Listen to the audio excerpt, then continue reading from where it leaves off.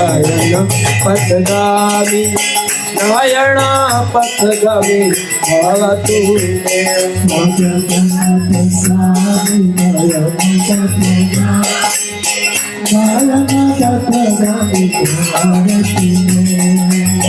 जगन्नाथ स्वामी नयन पथगामी नयन पथगामी भव तू। तो आपके इस मिचीना सिटी बर्मा म्यांमार देश में आप सबका हम स्वागत करते हैं। आपने हमारा कि हम आपका करते हैं। तो बहुत मुश्किल स्थान पर भगवान का प्रकट होना, वैसे तो भगवान का प्रकट होना बहुत मुश्किल है, उसमें भी ऐसी परिस्थितियों में भगवान का आना ये अपने आप में एक बहुत बड़ी बात है।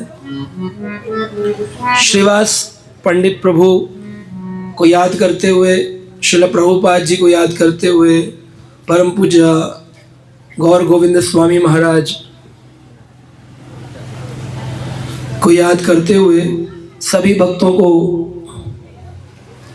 आज हम यहाँ पर जगन्नाथ जी का उत्सव मना रहे हैं। बड़ी प्रसन्नता की बात है कि भगवान जगन्नाथ प्रकट हुए हैं यहाँ पर आप सबके लिए एक नए मंदिर के साथ में। तो हम सब बड़े उत्साहित हैं और मुख्य रूप से गदाधर प्रभु जी को धन्यवाद देते हैं, उनकी इतने वर्षों की मेहनत, जिसे आज इतना विशाल मंदिर इस मिचीना सिटी में है, इसके लिए प्रभु जी के लिए हरे कृष्णा कृष्णा कृष्णा हरे हरे, हरे राम राम हरे। तो मैं अपने आप को बहुत भाग्यशाली समझता हूँ कि मुझे गदाधर प्रभु, देवकी करुणा माता जी, सुलोचन प्रभु आदि सब भक्तों ने यहाँ पर निमंत्रण दिया है जगन्नाथ कथा कहने का। तो अगले कुछ दिन तक हम लगातार प्रतिदिन सुबह जगन्नाथ जी की कथा कहेंगे, क्रम में कहेंगे। जैसे आज जगन्नाथ धाम की महिमा पर श्रवण करेंगे, जगन्नाथ जी के प्राकट्य पे थोड़ा श्रवण करेंगे, जगन्नाथ जी के मंदिर के बारे में जानेंगे कल से, फिर जगन्नाथ जी के परम भक्तों के बारे में जानेंगे, जगन्नाथ जी की अद्भुत कलयुग की लीलाओं के बारे में जानेंगे। ऐसे बहुत सारी चीज़ें हम 4 दिन में आपको 5 दिन में सुनाएंगे। तो आप तैयार हैं सुनने के लिए? हरि बोल। तो प्राय जगन्नाथ कथा को हम जगन्नाथ मंत्र के साथ प्रारंभ करते हैं। आप सब लोग हमारे साथ बोलेंगे, नीलांचल निवासाय नित्याया परमात्मने बलभद्रा सुभद्राभयाम जगन्नाथाय ते नमः। नमस्ते तु हलग्राय नमस्ते मूषल आयुध नमस्ते रेवती कांत नमस्ते भक्तवत्सलः नमस्ते बलिनाम श्रेष्ठ नमस्ते धरणीधारः प्रलम्बारे नमस्तेस्तु पाहि मां कृष्ण पूर्वज जय देवी भक्तिदात्री प्रसीदः परमेश्वरी जय देवी सुभद्रा त्वं सर्वेषां भद्रदायिनी जय जय श्री कृष्ण चैतन्य जय श्री कृष्ण चैतन्य प्रभु नित्यानंद प्रभु नित्यानंद श्री अद्वैत गदाधर श्रीअद्वैत गदाधर श्रीवासादि गौर भक्त वृंदा श्रीवासादि गौर भक्त वृंद हरे कृष्णा हरे कृष्णा कृष्ण कृष्ण हरे हरे कृष्ण कृष्ण हरे हरे हरे राम हरे राम राम राम हरे हरे राम राम हरे हरे नमो विष्णुपादाय कृष्ण प्रेष्ठाय भूतले श्रीमते भक्तिवेदांत स्वामीति नामिने नमस्ते सरस्वते देवे गौरवाणी प्रचारिणे निर्विशेष शून्यवादी पाश्चात्य देशतारिणे। हरे कृष्णा। तो भगवान जगन्नाथ केवल एक प्रदेश के नाथ नहीं हैं, पूरे जगत के नाथ हैं। और इस्कॉन जब प्रारंभ हुआ तो श्रील प्रभुपाद जी महाराज ने प्रथम बार अमेरिका में जगन्नाथ विग्रह की स्थापना ही किया था। ये जगन्नाथ धाम हमारे भारतवर्ष में उड़ीसा उत्कल प्रदेश में विराजमान है। कितने लोगों ने दर्शन किए हैं जगन्नाथ जी के? हाँ, काफ़ी सारे लोगों ने किए। 50-50 है, 50% लोगों ने किया है। तो 50% जो किए हैं वो सुन करके और आनंद लेंगे, जिन्हें नहीं किए हैं वो पहली बार श्रवण से भगवान का दर्शन करेंगे। तो आपको बताना है 4 दिन में आपको दर्शन हुए कि नहीं हुए, कानों के माध्यम से। देखा जाए तो भगवान का दर्शन आँखों से नहीं, कानों से ही होता है। क्योंकि माँ की गर्भ में जब से पहले जो इंद्री बनती है वो कौन सी है? कान। अर्जुन के पुत्र अभिमन्यु ने महाभारत का ज्ञान अपनी माँ की गर्भ में ही चक्रव्यूह का ज्ञान लिया, क्योंकि कान वो इंद्री है सबसे पहले बनती है। और जब वृद्ध होता है कोई व्यक्ति तो सबसे पहले कौन सी इंद्री चली जाती है? सुनाई नहीं देता है ना? बोलो माता जी विमला आई है, का गमला आई है? कहा नहीं नहीं विमला आई है। तो कान चले जाते हैं और कानों के माध्यम से ही हमारे आचार्य नवधा भक्ति में कहते हैं श्रवणम कीर्तनम विष्णु स्मरणम पाद सेवनम अर्चनम वंदनम दास्यम साख्यम आत्मनिवेदनम। तो इस भक्ति का प्रारंभ कैसे होता है? श्रवण से। श्री चैतन्य चरितामृत में कृष्णदास कविराज गोस्वामी कहते हैं हर जीवात्मा के अंदर कृष्ण प्रेम है। नित्य सिद्ध कृष्ण प्रेम साध्य कबू नाए, नित्य सिद्ध कृष्ण प्रेम साध्य कबू नाए। श्रवणादि शुद्ध चित्त कराय उदय, श्रवणादि शुद्ध चित्त कराय उदय।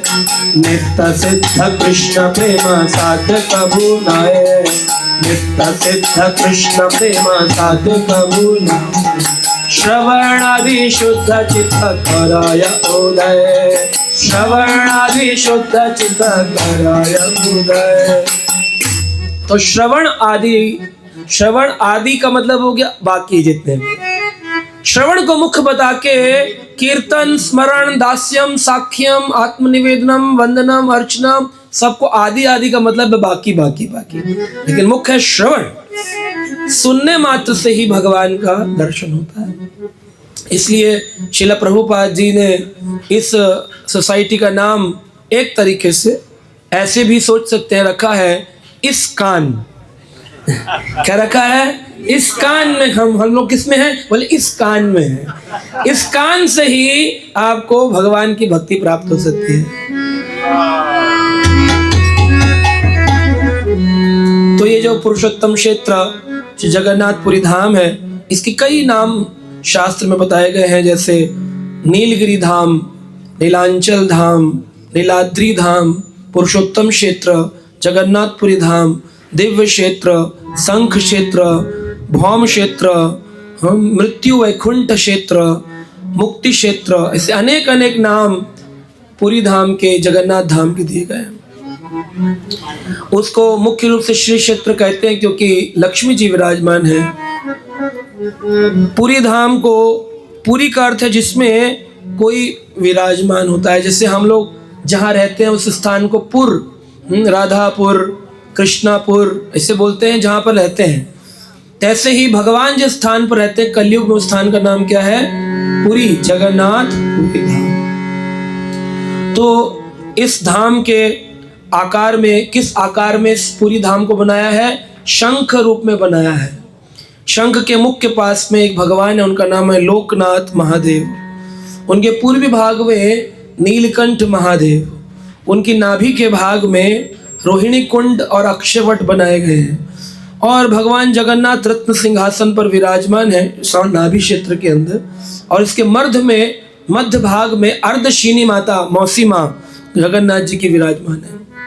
जगन्नाथ जी के धाम को 10 अवतार क्षेत्र भी कहते हैं। तो मुझे भी गदाधर प्रभु ये दिखा रहे थे, इधर जगन्नाथ जी के भी 10 अवतार बनाए हैं। तो मैं सोच रहा था ये भी 10 अवतार क्षेत्र हो गया है ना, जगन्नाथपुरी धाम। नीलांचल धाम, नीलाद्री, क्योंकि नील पर्वत पर नीलमाधव भगवान प्रकट हुए थे, इसलिए भी इसे नीलांचल, नीलमाधव या नीलाद्री पर्वत भी कहते हैं।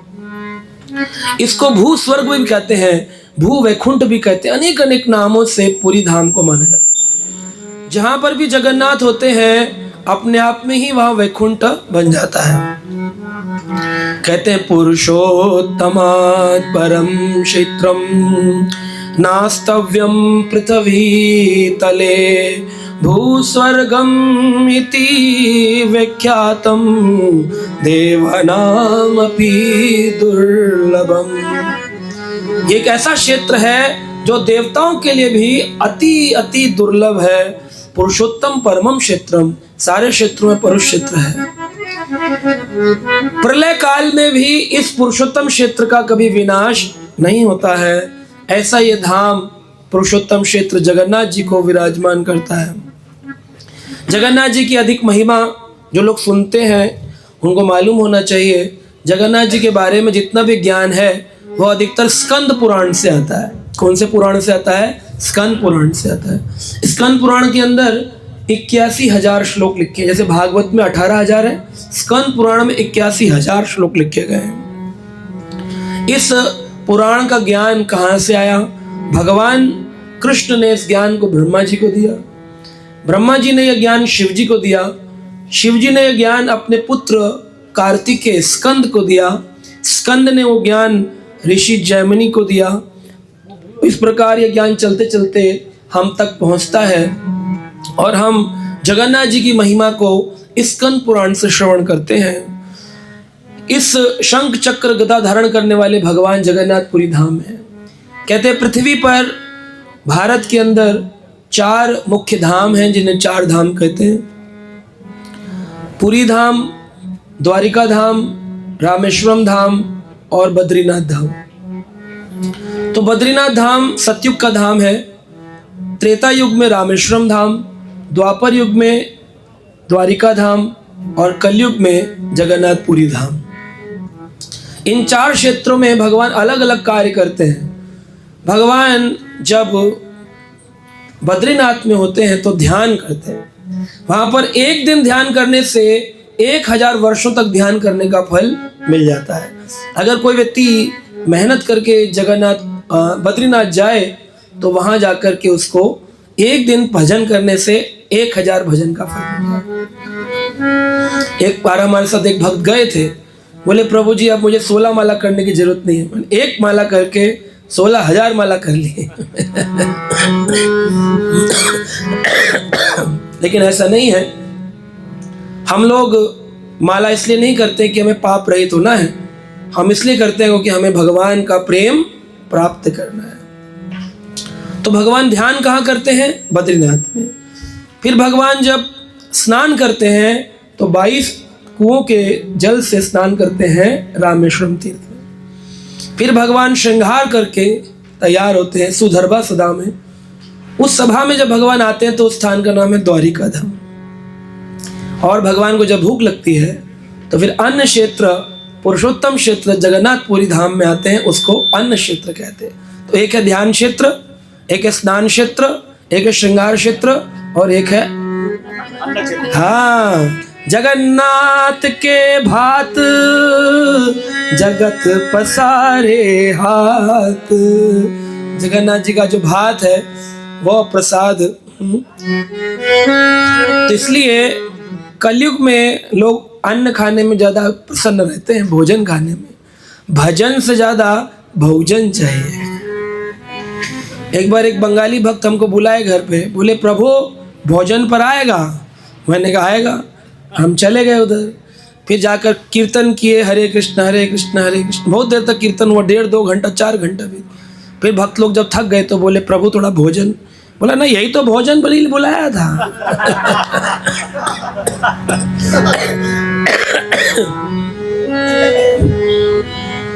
तो भजन आत्मा का भोजन ही है।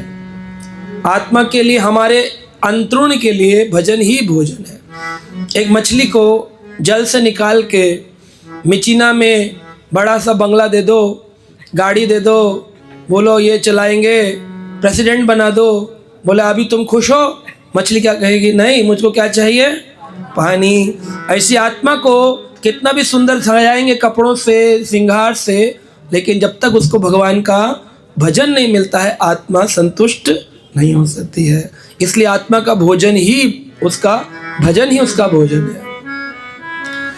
तो इसे जगन्नाथ क्षेत्र को कहते हैं। इस कलयुग में मुक्ति का बड़ा सरल साधन भगवान ने बना दिया। केवल प्रसाद खाओ जगन्नाथ जी का और कहाँ चले जाओ? भगवान के धाम चले जाओ। जगन्नाथ जी का प्रसाद ही इतना आनंद दे देने वाला है। इस क्षेत्र के अंदर जो भगवान जगन्नाथ है, कहते हैं कि कैसे ये भगवान जगन्नाथ जी आ गए। जगन्नाथ जी की कहानी, कथा पीछे चलेगी द्वारिका की तरफ। पुरुषोत्तम क्षेत्र एक ऐसा, पुरी एक ऐसा धाम है जहां भगवान के सभी ऐश्वर्य, प्रेम, माधुर्य, सभी रस विराजमान है। अगर आप जाएंगे जगन्नाथपुरी धाम में तो आप देखेंगे जो भगवान का श्री मंदिर है, लक्ष्मी मंदिर, वो कौन से रस में है? ऐश्वर्य में। द्वारिका जब जाएंगे, गुंडीचा कौन से रस में है? माधुर्य, प्रेम। जब जाएंगे गंभीरा तो कौन सा रस है? चैतन्य महाप्रभु का। तो मायापुर धाम, नवदीप धाम का। तो द्वारिका भी है, वृंदावन भी है और नवदीप भी है। तो 3 धाम एक पुरुषोत्तम क्षेत्र के अंदर मिल जाते हैं। इतना सुंदर ये धाम है।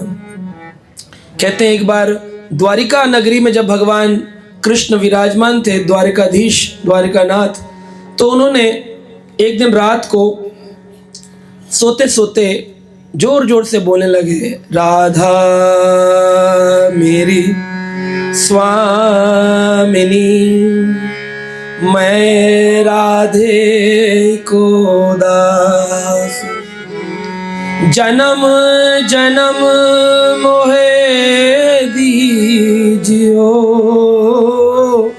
श्री वृंदावन को वास।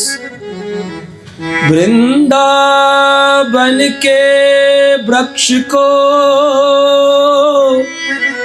मरम न जाने कोई, डाल डाल और पात पात श्री राधे राधे ओ, श्री राधे राधे ओ। अब ठाकुर जी सो रहे हैं और सोते सोते उनके मुखारविंद से श्री राधे श्री राधे श्री राधे निकल रहे हैं। रुक्मणी सोते सोते सोच रही है, मेरे प्राण प्राणेश्वर श्री द्वारकानाथ को आज क्या हो गया जो इतना किसी स्त्री का नाम ले रहे। राधा नाम तो 16,108 में से किसी का नहीं है। कौन है ये राधा? उनके मन में ये प्रश्न उठा। और केवल भगवान राधा राधा नहीं बोल रहे हैं, उनकी आंखों से अश्रु भी निकल रहे हैं और स्मरण हो रहा है, उदो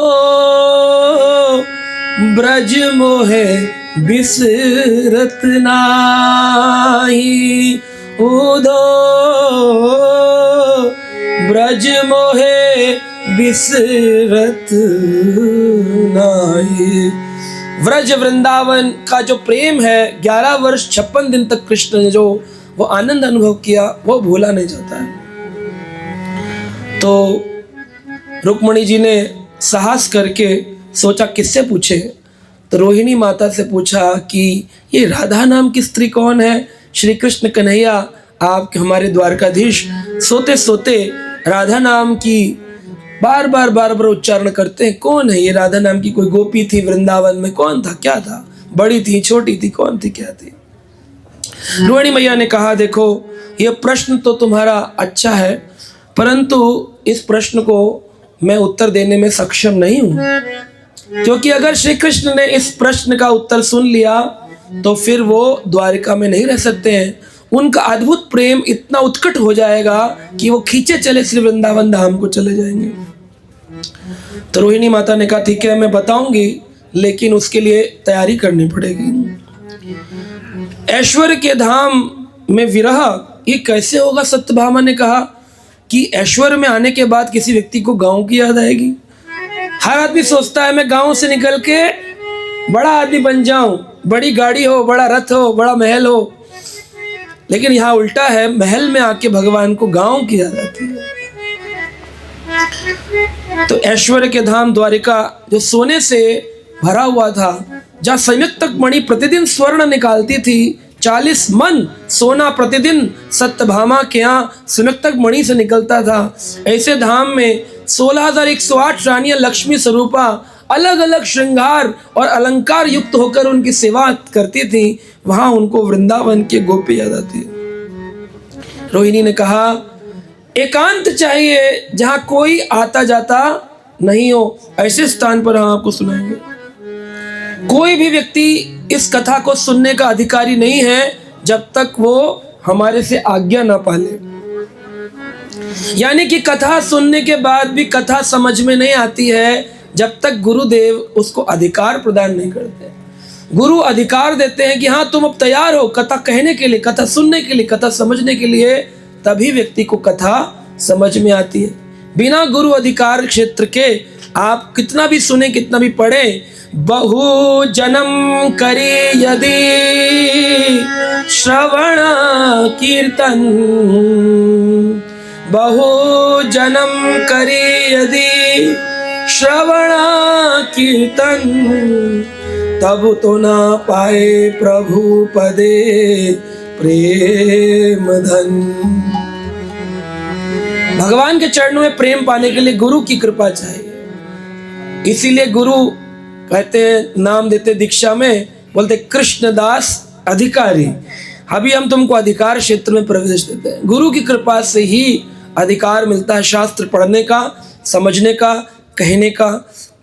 तो रोहिणी माता ने कहा एकांत में होगा, जो अधिकारी नहीं है वो आ नहीं सकते हैं। रानी की हट करने पर रोहिणी जी उनको एक अंतरंग महल के अंदर ले गई। कहते हैं वो अंतरंग महल, उसे अंतःपुर कहते थे।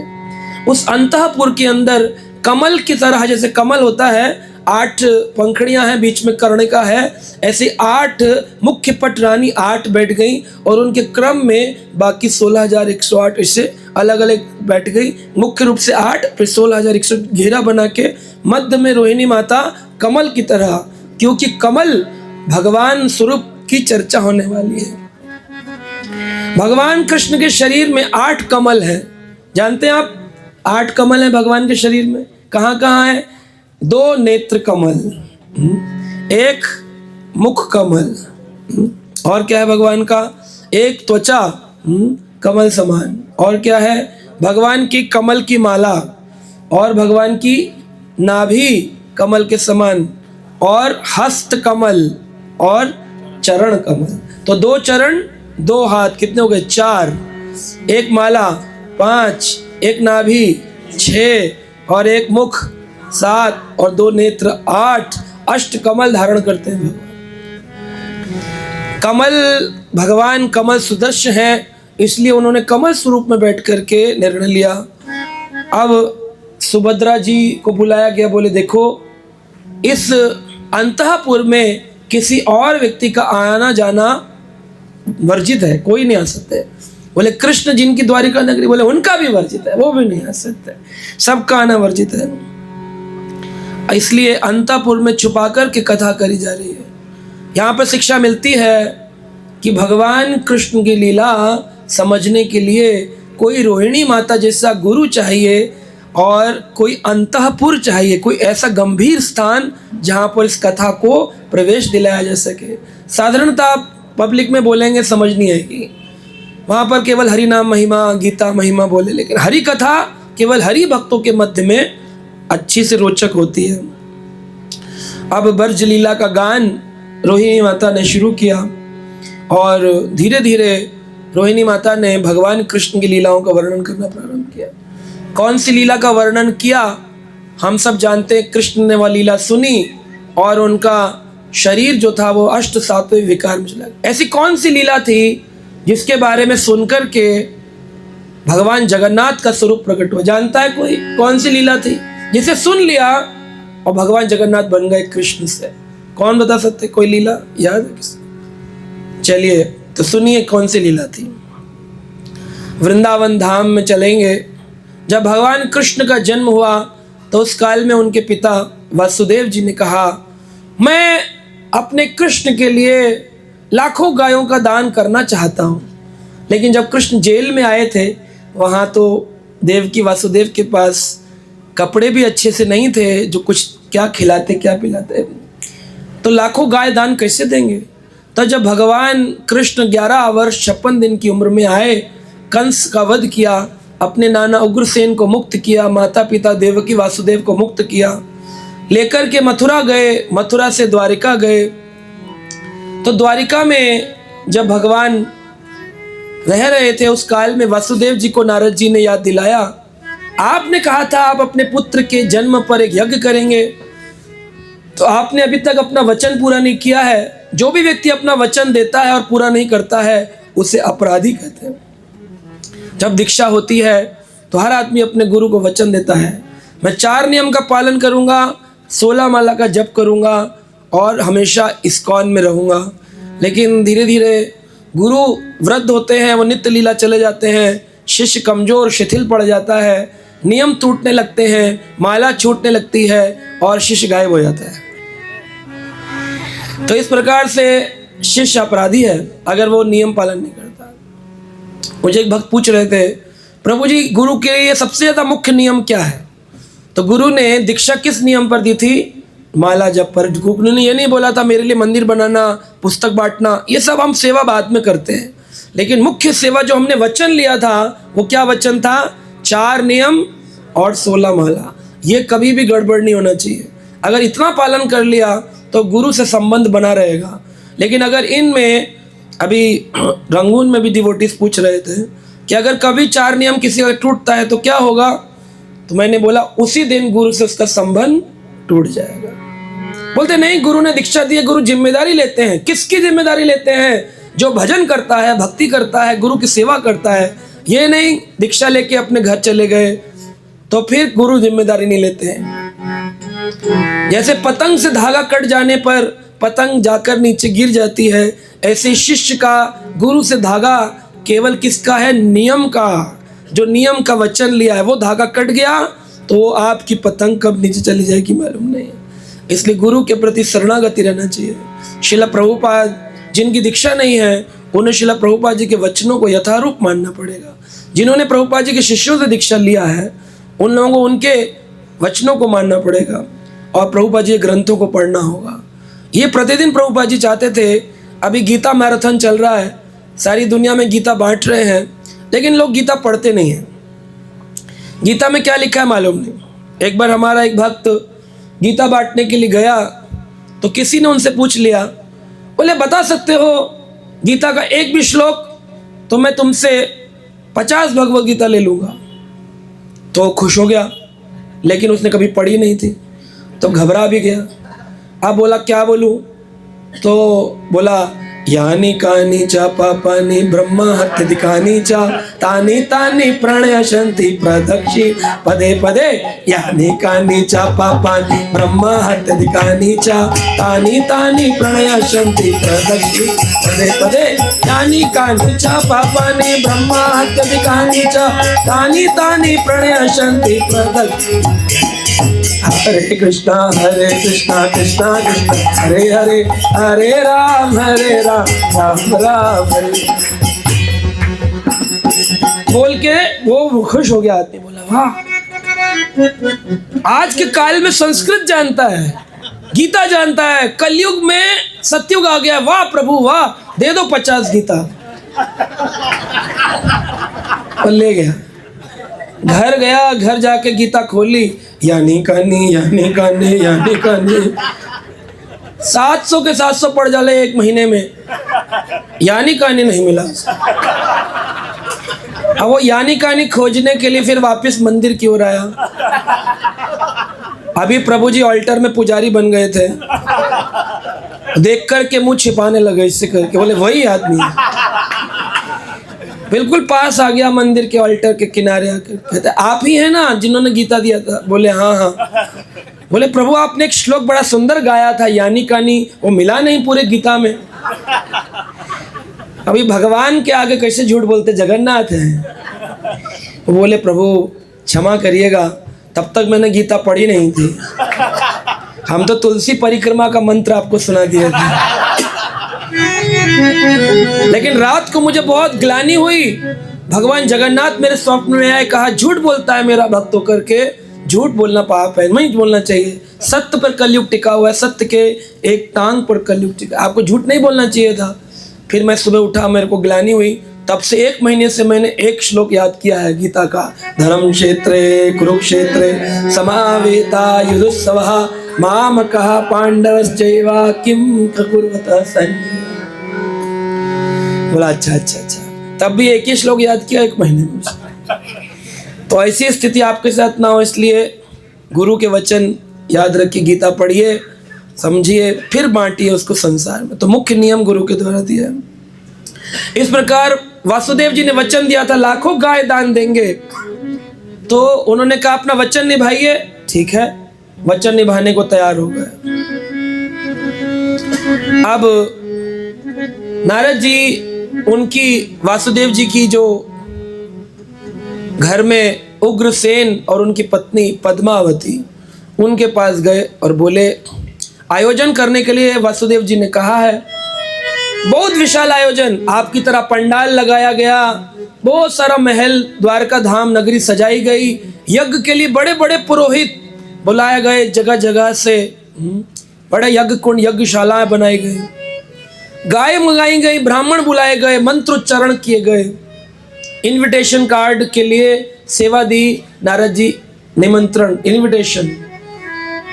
नारद जी को पद्मावती ने कहा, वसुदेव की मां ने, सब जगह जाना, केवल व्रज में मत जाना। कहा अच्छा, सब जगह जाएं, व्रज में ना जाएं करने। अब नारद जी का तो नाम ही है नारद, जिस पर स्टैंप लगा दी उसकी भक्ति को कोई रद्द नहीं कर सकता, इसलिए उनका नाम है नारद। ध्रुव पर स्टैंप लगाई तो भक्त हो गए, प्रहलाद पे स्टैंप लगाई तो भक्त हो गए। ठीक है, मैं नहीं जाऊंगा व्रज में। आकाश मार्ग से विचरण कर रहे थे, सब जगह वितरण हो गया, ब्रह्मलोक, तपलोक, जनलोक, महरलोक, स्वर्गलोक, पृथ्वी लोक, सब निमंत्रण। व्रज के ऊपर से गुजर रहे थे, देखा गोपियां यशोदानंद आशुपूरित नेत्रों से कृष्ण कृष्ण कृष्ण स्मरण कर रहे हैं। नारद जी से रहा नहीं गया, नीचे उतरे, बोले कैसे आना हुआ नारद जी? करा ना ऐसी घूम रहा था, तो सोचा आप लोगों से मिल। कृष्ण को देखा है? हाँ हाँ, द्वारिका में अच्छे से हैं। तो आप क्यों उड़ रहे थे हमारे व्रज के ऊपर? ना बस ऐसे ही घूम रहा था, थोड़ा घूमते घूमते जा रहा था। बताना तो नहीं चाहिए, लेकिन उत्सव है वहां पर, द्वारिका में एक महान उत्सव है। क्या उत्सव है? अरे वो गाय दान यज्ञ आदि होंगे वहां पे। अच्छा अच्छा अच्छा, तो हमको नहीं बुलाया? बुलाना चाहते होंगे, लिखा नहीं, आपके नाम का कार्ड नहीं है, भूल गए होंगे जैसे भी। अरे भूल गए होंगे या नहीं भूल गए होंगे, क्या है, कृष्ण तो हमारा बेटा है, हमारा लाला है, बुलाए ना बुलाए हम तो जाएंगे। सारे ब्रजवासियों ने बढ़िया बढ़िया बैलगाड़ियों के अंदर सामान, मक्खन, खीर सब बढ़िया बनाए, दूध दही सब बनाया, और कृष्ण को मिलने के लिए बैलगाड़ियों में धीरे धीरे जा रहे। यशोमती नंदन ब्रजवर नागर गोकुल रंजन काना, यशोमती नंदन ब्रजवर नागर गोकुल गोपी परण घन घन मनोहर कालिया दमन विधान। हाँ, गोपी परण घन मदन मनोहर कालिया दमन विधान। हाँ, यशोमती नंदन ब्रजवर नागर गोकुल रंजन खाना, यशोमती नंदन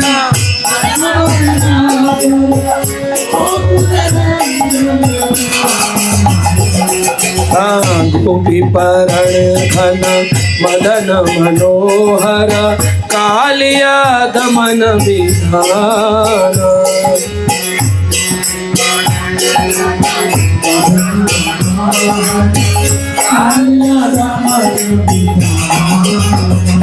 हाँ, गोविंदा बोलो हरि गोपाल बोलो, गोविंदा बोलो हरि गोपाल बोलो, गोविंदा बोलो हरि गोपाल बोलो, श्री राधा रमन हरि गोविंद बोलो, राधा रमन हरि गोविंद बोलो, श्री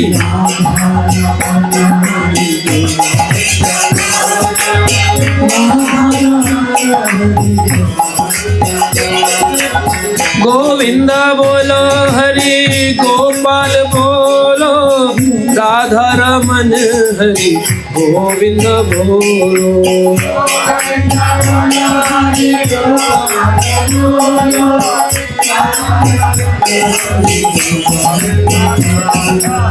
गोविंद बोलो हरि गोपाल बोलो, राधा रमन हरि गोविंद बोलो,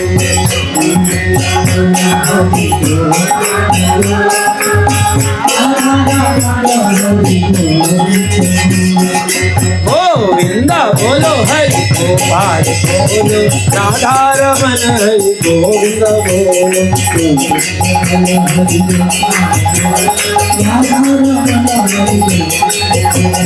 गोविंद बोलो हरि गोपाल बोलो, राधा रमन हरि गोविंद बोलो,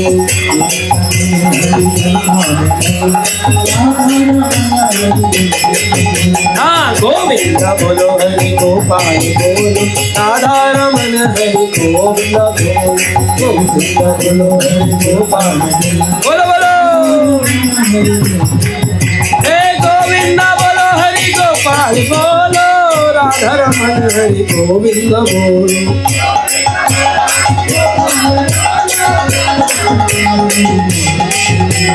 गोविंद बोलो हरि गोपाल बोलो, राधा रमन हरि गोविंद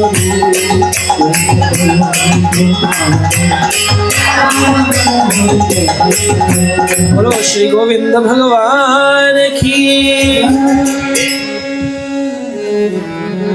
सारे ब्रजवासी कीर्तन करते हुए बिल्कुल प्रारंभ में द्वारका में यह यज्ञ हो रहा था, कृष्ण मुख्य यजमान बन के बैठे थे, वहां पुरोहित यज्ञ करा रहे थे। बोलिए द्वारकाधीश भगवान, डालिए जरा आहुति घी से, ओम स्वाहा ओम स्वाहा ओम स्वाहा। पद्मावती को मालूम पड़ गया नारद जी ने गड़बड़ कर दिया है। Special task force, special security, military लगाओ, कोई आने ना पाए मिचीना के अंदर, चारों तरफ से एकदम लगा दिया, कोई नहीं आ सकता इधर। मुख्य रूप से अगर ब्रजवासी आए यशोदानंद तो उनको पहरेदारी करके धक्का दे के निकाल देना, उनको अंदर मत आने देना। ठीक है, समझ नहीं आता है पद्मावती को इतना क्रोध किस बात का हो गया। अरे उस ब्रजवासियों ने मेरे कृष्ण का ख्याल नहीं रखा, उसको भूखा रखा। हमारा यदुकुल शिरोमणि कृष्ण पैदा हुआ और उसको इन ब्रजवासियों ने चोरी करने पर मजबूर कर दिया। सोचिए कितनी गरीबी में रखा होगा, चोरी करके उसको खाना पड़ा। क्या भगवान ने भूखमरी में चोरी करी थी? भूखे थे इसलिए चोरी करी। जिसके घर में स्वयं 9 लाख गाय थी वो चोरी क्यों करेंगे? प्रेम के वशीभूत होकर के गोपियां प्रतिदिन स्मरण करती थी, कृष्ण आइए हमारे घर से माखन चुराइए। तो ठाकुर जी पहली गोपी के घर में चोरी करने के लिए पहुंचे क्योंकि उसकी इच्छा थी। गोपी ने बड़ा सुंदर मक्खन बना के रखा था, मठा जिसे कहते मठा, और ऊपर छीके पे टांग दिया था। प्रथम चोरी लीला का वर्णन आचार्यों ने किया, ऊपर टांग दिया एकदम, और नीचे पहराबंदी कर दी कि आज कृष्ण आएंगे तो दरवाजे कुंडी बंद कर दूंगी और कृष्ण को पकड़ लूंगी। बुलाना भी खुद चाहती है और खुद ही भगवान के साथ ऐसी लीला करना चाहती है। जैसे ही कृष्ण को सुगंध आई, कृष्ण तो प्रेम के वशीभूत होकर के गए थे। तो भगवान जैसे कृष्ण गए अंदर, अपने वानरों को लेकर के, अपने ग्वालों को लेकर देखा ऊपर तो बहुत ऊंचा है। छोटे से कृष्ण 1.5 वर्ष के कैसे चढ़े ऊपर? तो ग्वाले बोले हमारे कंधे पर, हमारे कंधे पर, हमारे कंधे पर। एक लंबा पिरामिड बना दिया के ऊपर एक चढ़ गए। अब वहां पर आवाज आई ठक, कुंडी बंद कर दी किसी ने बाहर से। अब खिड़की से गोपियां देख रही हैं, कृष्ण अंदर बंद हो गए। सारे ग्वाले बोले अरे कृष्ण किसी ने बंद कर दिया। और चिंता मत करो, पहले पिएंगे खाएंगे फिर भागेंगे जैसे भी होगा। ठाकुर जी ऊपर चढ़ गए। वहां एक घंटी थी, जो बैल होती है घंटी। ठाकुर जी को प्रणाम करके बोली, ठाकुर जी बोले देखो मैं जितना भी चोरी करूंगा तुम बजना मत। बोले लेकिन प्रभु मेरा तो नियम है, आप खाते ही तब हो जब मैं बजती हूँ, जब टन टन टन टन तभी ठाकुर को भोग लगता है। बोले मैं बजूंगी तो आप खाएंगे, वरना आप खाएंगे कैसे, चोरी कैसे करेंगे?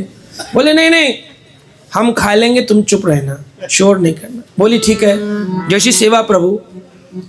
अब ठाकुर जी ने जैसे मटके के अंदर एक पत्थर मारा, उसमें मक्खन की जगह मठा था, पानी भरा था पूरा। वो ठाकुर जी के सिर पे से पूरा अभिषेक हो गया भगवान। घंटी जोर जोर से बजने लगी, टन टन टन टन टन टन टन। सारी गोपियां आ गई, पकड़ देख रही है ये क्या हो रहा है। कृष्ण बोले घंटी से तुझे मना किया था ना बजना नहीं कर, आपने कहा था खाते वक्त मत बजना, अभी तो अभिषेक हो रहा है, अभी तो बजने दीजिए। टन टन टन खूब बजी, ठाकुर जी पकड़ लिए गए। तो प्रेम के वशीभूत ठाकुर जी चोरी करते थे। एक गोपी ने अपने घर के आगे मटका रख दिया, मटके में मक्खन रख दिया। भगवान गौ चरण करके आ रहे थे। भगवान ने गोपी की तरफ देखा, क्यों री गोपी चाहती है मैं मक्खन खाऊं? कहती अब ठाकुर जी मक्खन खाने लगे तो हाथ से बांसुरी अंदर गिर गई। मक्खन खाने के लिए फिर बांसुरी निकाली, मुंह पर लगाई तो मुंह पर भी मक्खन लग गया। अब यशोदा जी के पास पकड़ कर ले गए, देखिए देखिए आपका कृष्ण मक्खन खाता है, चोरी करता है। मैया बोली क्यों तूने मक्खन खाया? मैया मेरी मैं नहीं मक्खन खायो, मैं नहीं कि मैंने ही, मैं नहीं कि मैंने ही, क्या बोलता है, मैं नहीं मक्खन खायो, नहीं खायो, नहीं खायो। तो फिर तेरे मुंह पर कैसे आयो, मुंह पर कैसे आ गया? बोला मैया ऐसा हुआ, मैं आ रहा था, मेरी बांसुरी ठोकर खा के इसमें गिर गई। बांसुरी निकाली तो मेरे हाथ में लग गया, बांसुरी बजाई तो मुंह पे लग गया। अरे मुंह पे लगा समझ में, आंखों पे, माथे पे, यहाँ किसे लगा? बोले उसमें एक चींटी थी, वो चींटी चलते चलते चलते चलते सब जगह चली।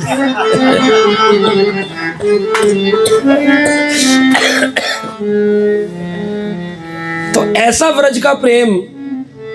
वो व्रजवासी बोले पूरा बैरिकेटिंग कर दो, बंधन लगा दो, कोई अंदर ना आ सके। पद्मावती के सिपाही खड़े हो गए, उधर यशोदा जी आ गई, नंद आ गए, सब जोर जोर से पुकार रहे हैं कृष्ण कृष्ण कृष्ण। भगवान कृष्ण स्वाहा स्वाहा सुनाई ना देता कि और जोर जोर से। पद्मावती बोली जोर से उच्चारण करो, और जोर से, ओम नमो भगवते वासुदेवाय नारायणं नमस्कृत्यं नरं चैव नरोत्तमं देवीं सरस्वतीं व्यासं ततो जयम उदीरये स्वाहा।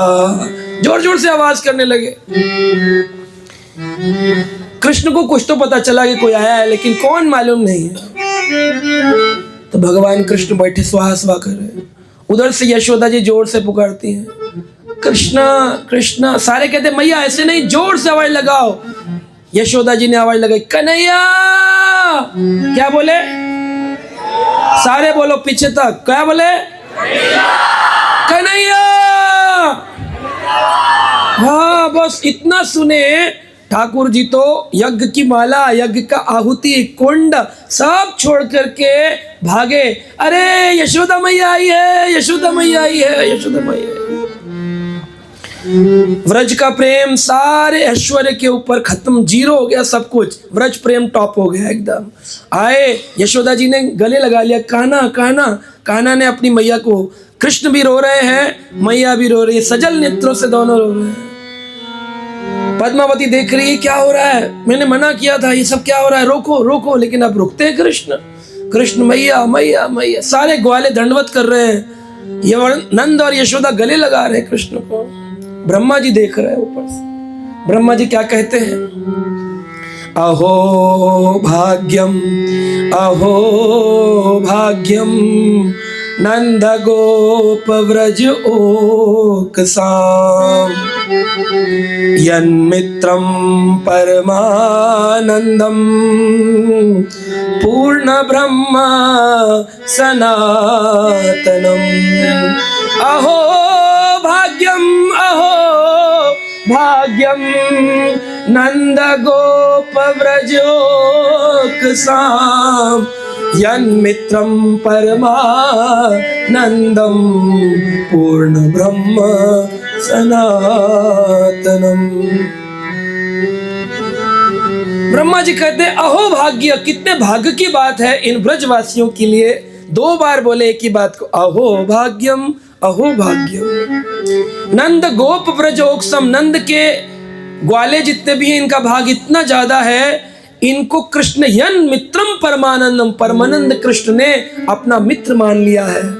पूर्ण ब्रह्म सनातनम, ये बात रोहिणी माता ने सारी रानियों को बताई कि ऐसा कृष्ण का ब्रज प्रेम है।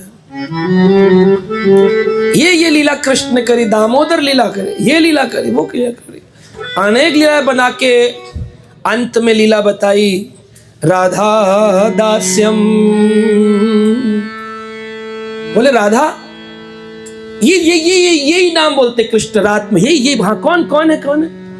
बोले राधा पूर्ण शक्ति, कृष्ण पूर्ण शक्तिमान, दुई वस्तु भेद नहीं शास्त्रे प्रमाण। राधा कृष्ण एक आत्मा दुई देहधारी, अन्न अन्न विलास रूप धरे। कृष्ण और राधा एक ही हैं, वो उनकी शक्ति हैं और कृष्ण पूर्ण शक्तिमान है। जैसे बल्ब के अंदर लाइट देने के लिए एक तार होता है, तार को और बल्ब के कांच को अलग नहीं कर सकते हैं, ऐसे कृष्ण बाहर का बल्ब है, अंदर की शक्ति है लाइट, तार राधा।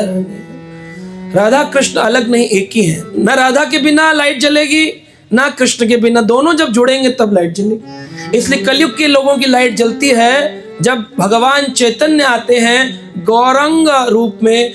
गो मतलब गोविंद और रा मतलब राधा, कृष्ण का नाम पड़ा गौर। गो मतलब गोविंद, रा मतलब राधा। राधा कृष्ण दोनों मिल गए, युगल रूप हो गए, राधा कृष्ण नहीं अन्य श्री कृष्ण चैतन्य। तो भगवान राधा राधा राधा राधा बोलते हैं। बोले हाँ, ये राधा कौन है? बोले राधा एक ऐसी शक्ति है कृष्ण की वृंदावन में जिन्होंने कृष्ण को अपने अंदर वशीकृत करके रखा है।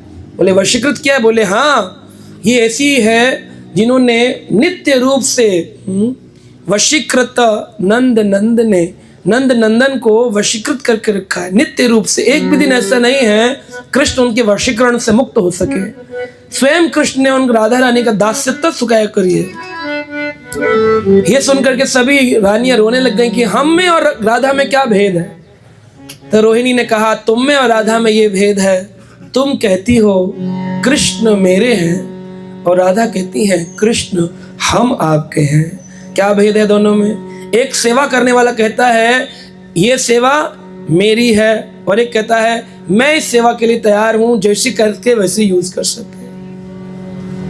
तो एक में स्वामित्व का भाव है, ये कृष्ण हमारे हैं, ये स्वामित्व है, कंट्रोलर, स्वामी।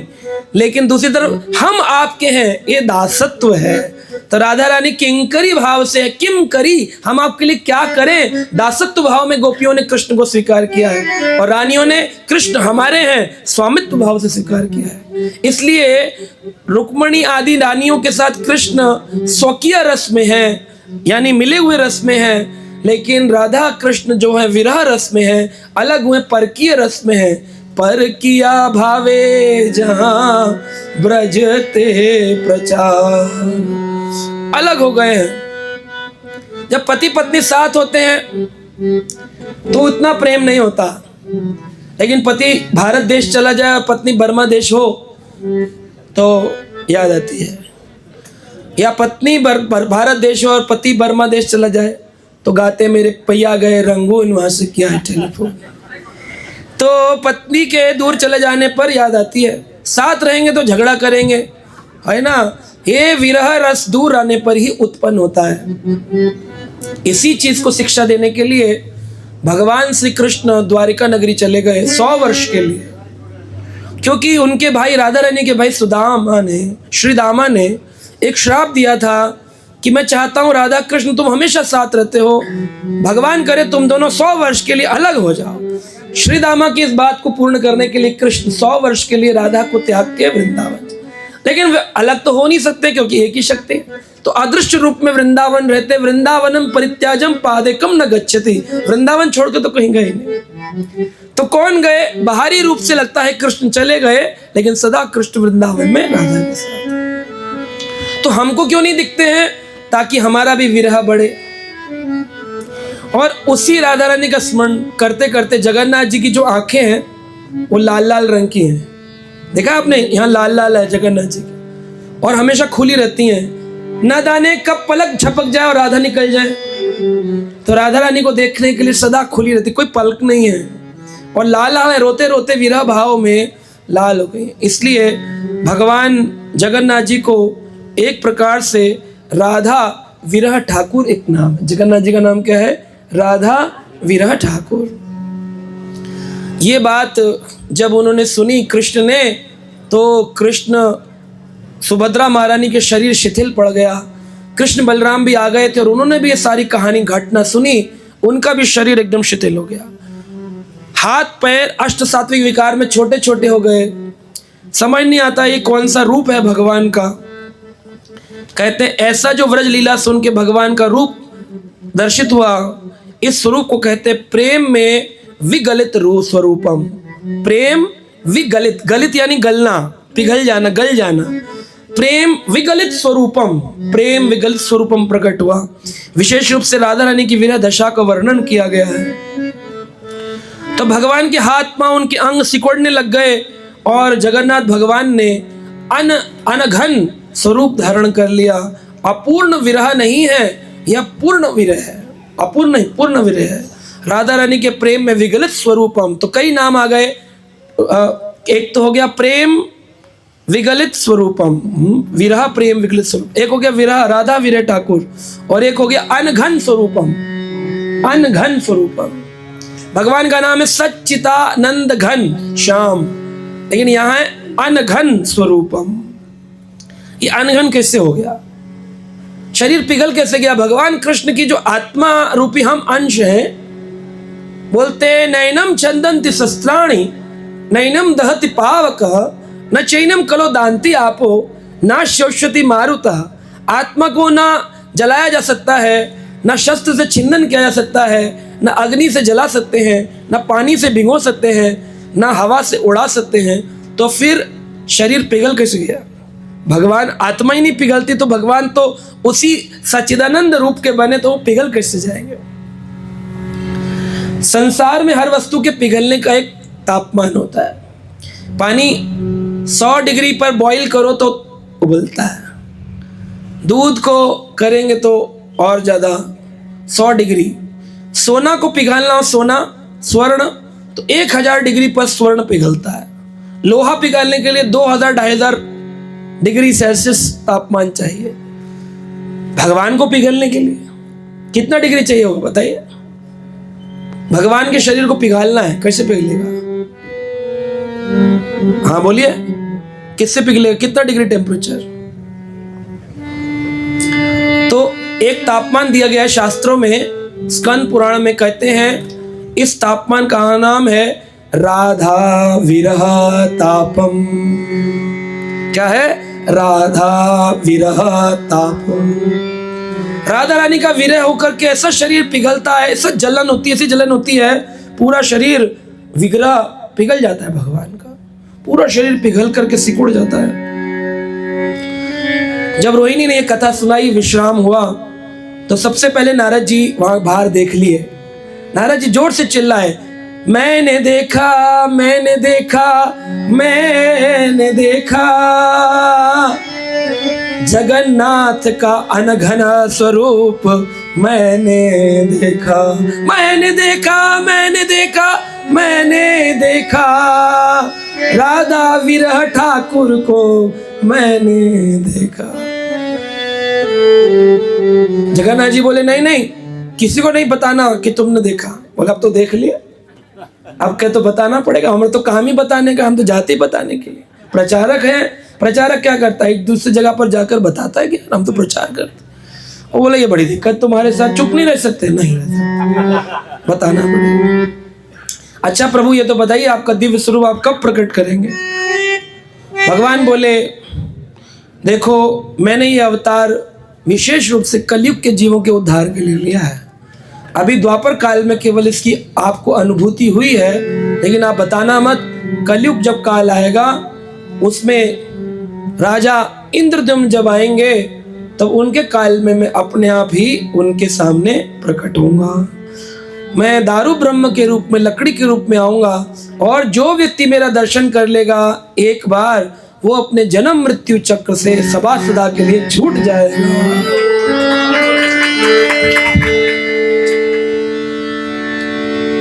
तो जगन्नाथ जी राधा विरह व्यथित, भगवान राधा विरह व्यथित है। और गौरंग महाप्रभु के रूप में कृष्ण विरह ठाकुर है। राधा जी के भाव को कृष्ण लिए हैं तो उनको कहते हैं कृष्ण विरह व्यथित स्वरूपम, और जगन्नाथ जी को कहते हैं राधा विरह व्यथित स्वरूपम।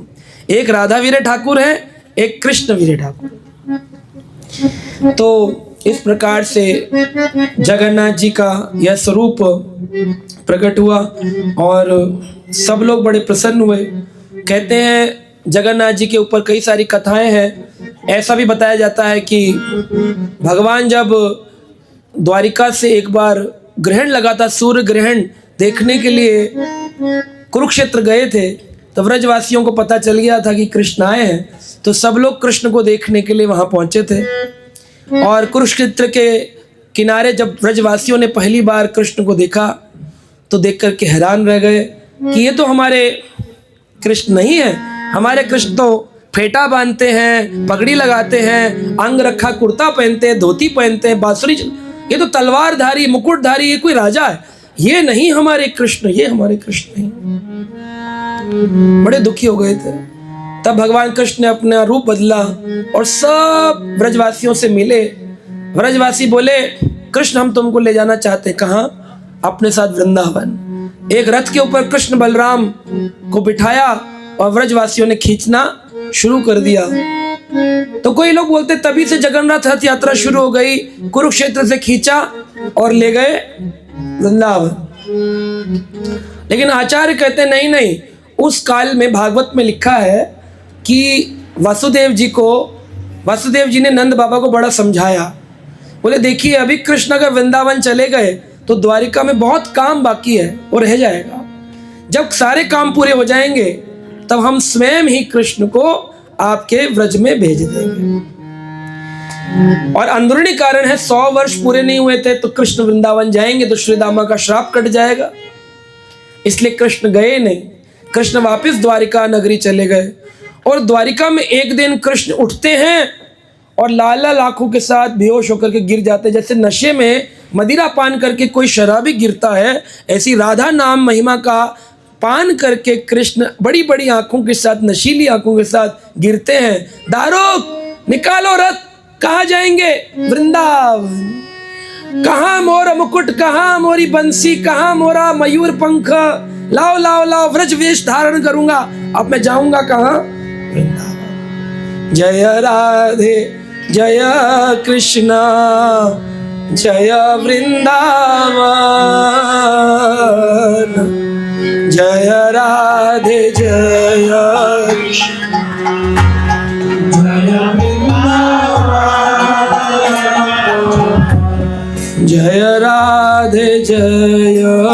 कृष्ण जय वृंदावन, जय राधे जय कृष्ण जय वृंदावन, श्री गोविंद गोपी नाथ मदन मोहन, श्री गोविंद गोपी नाथ मदन मोहन, जय राधे जय कृष्ण जय वृंदावन, जय राधे कृष्ण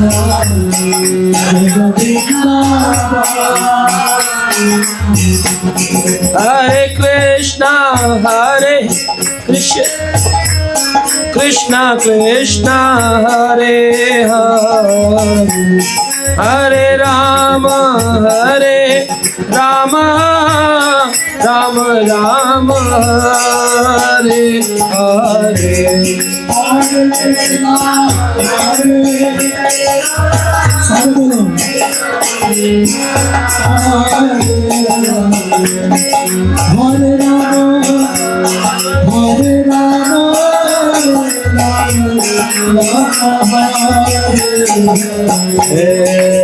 हरे कृष्णा कृष्ण कृष्णा हरे हरे, हरे राम राम राम हरे हरे, हरे कृष्ण कृष्ण कृष्ण हरे हरे, हरे कृष्णा कृष्ण कृष्ण हरे हरे, हरे राम राम हरे हरे, हरे कृष्ण कृष्ण कृष्ण हरे हरे,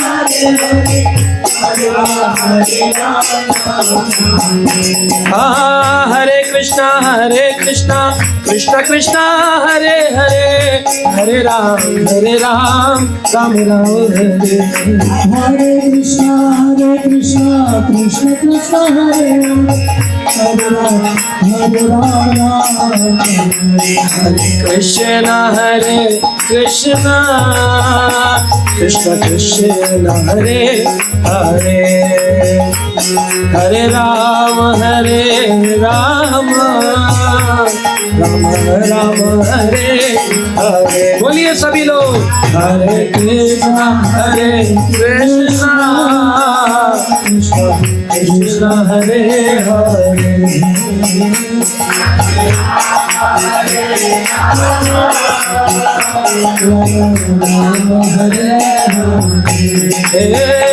हरे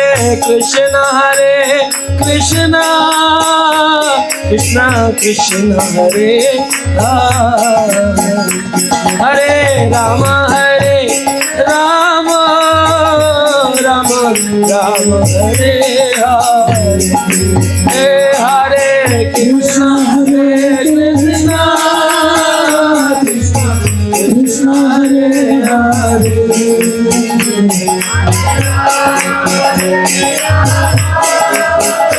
राम हरे हरे, जय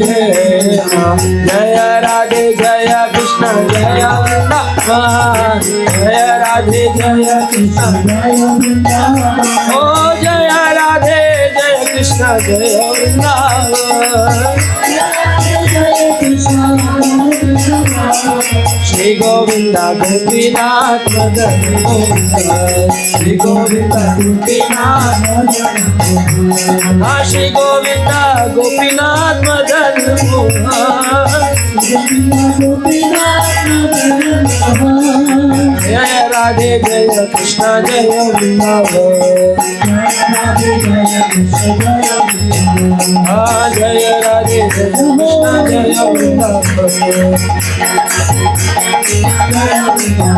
हाँ जय राधे जय वीणा जय वृंदावन, जय कृष्ण जय वृंदावन जय राधे जय कृष्ण जय वृंदावन। बोलो जय राधे जय कृष्ण जय ओ जय राधे जय कृष्ण जय वृंदावन, जय राधे जय कृष्ण जय राधे जय कृष्ण जय वृंदावन, जय राधे जय कृष्ण जय वृंदावन, ओ जय राधे जय कृष्ण जय वृंदावन।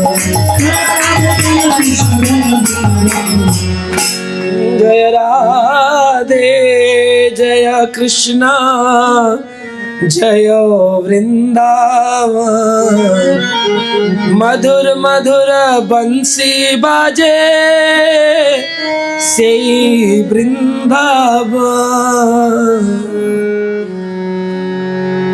कृष्ण बोले मुझे वहीं जाना है जहां मैं बांसुरी बजाता था। अब मैं द्वारका का राजा बन के नहीं रह सकता हूँ।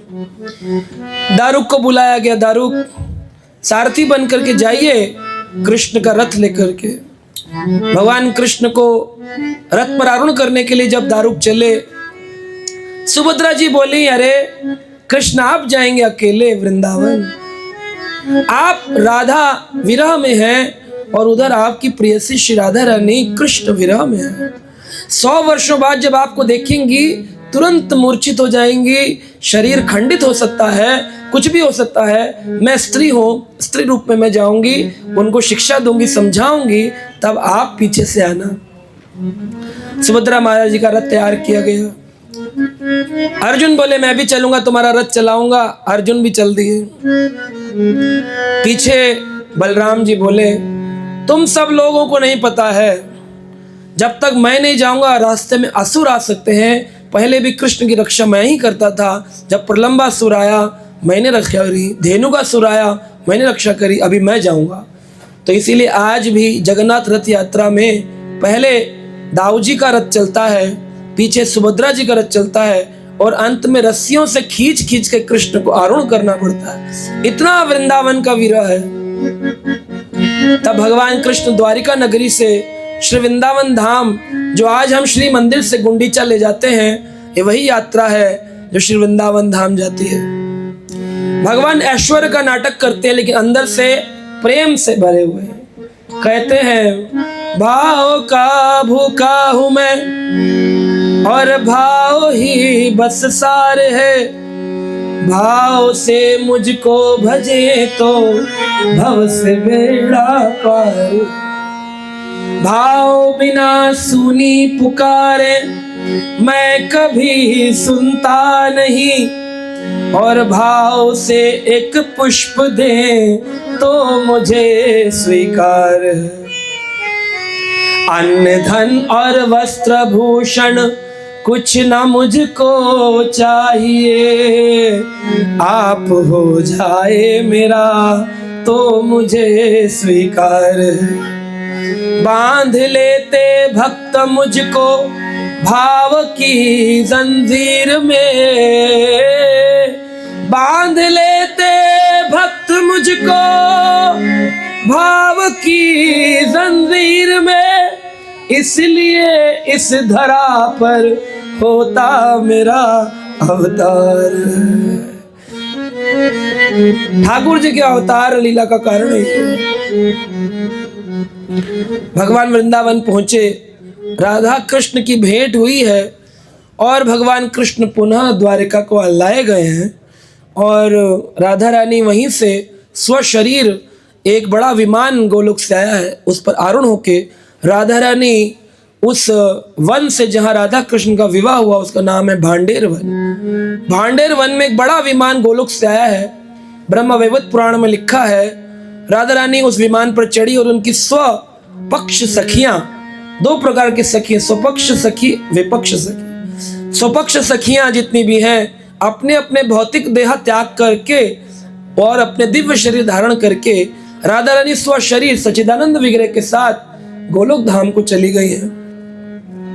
भगवान कृष्ण पुनः द्वारिका नगरी को लाए गए हैं। तो आज भी ये जो जगन्नाथपुरी धाम है, उसमें जो श्री मंदिर है, उसे द्वारिकापुरी नगरी के नाम से ही जाना जाता है।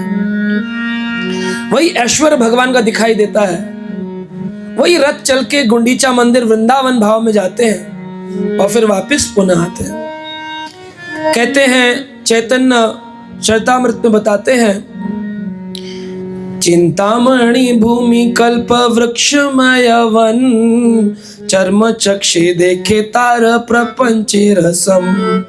चिंतामणि भूमि कल्प वृक्षमय वन, चिंतामणि भूमि कल्प वृक्षमय, चिंतामणि भूमि कल्प वृक्षमय वन, चर्म चक्षी देखे तार प्रपंचे रसम।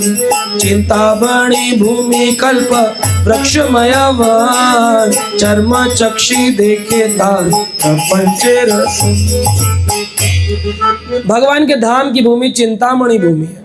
चिंतामणि का मतलब होता है सोचे और पूरा हो जाए। कई सारे कुएं जगन्नाथपुरी में। एक पति पत्नी गए थे, उसने कथावाचक से सुना चिंतामणि, जो सोचेंगे पूरा हो जाए। उसके मन में प्रश्न उठा, ऐसा थोड़ी हो सकता। कुआं देखने लगे, गाइड से कुआं दिखा रहे थे, ये गहरा कुआं है, देखिए इससे भगवान का जल आता है। पत्नी का पैर गिर गया, उसके अंदर चली गई। पति बोला सच में चिंतामणि है, यही सोच रहा था।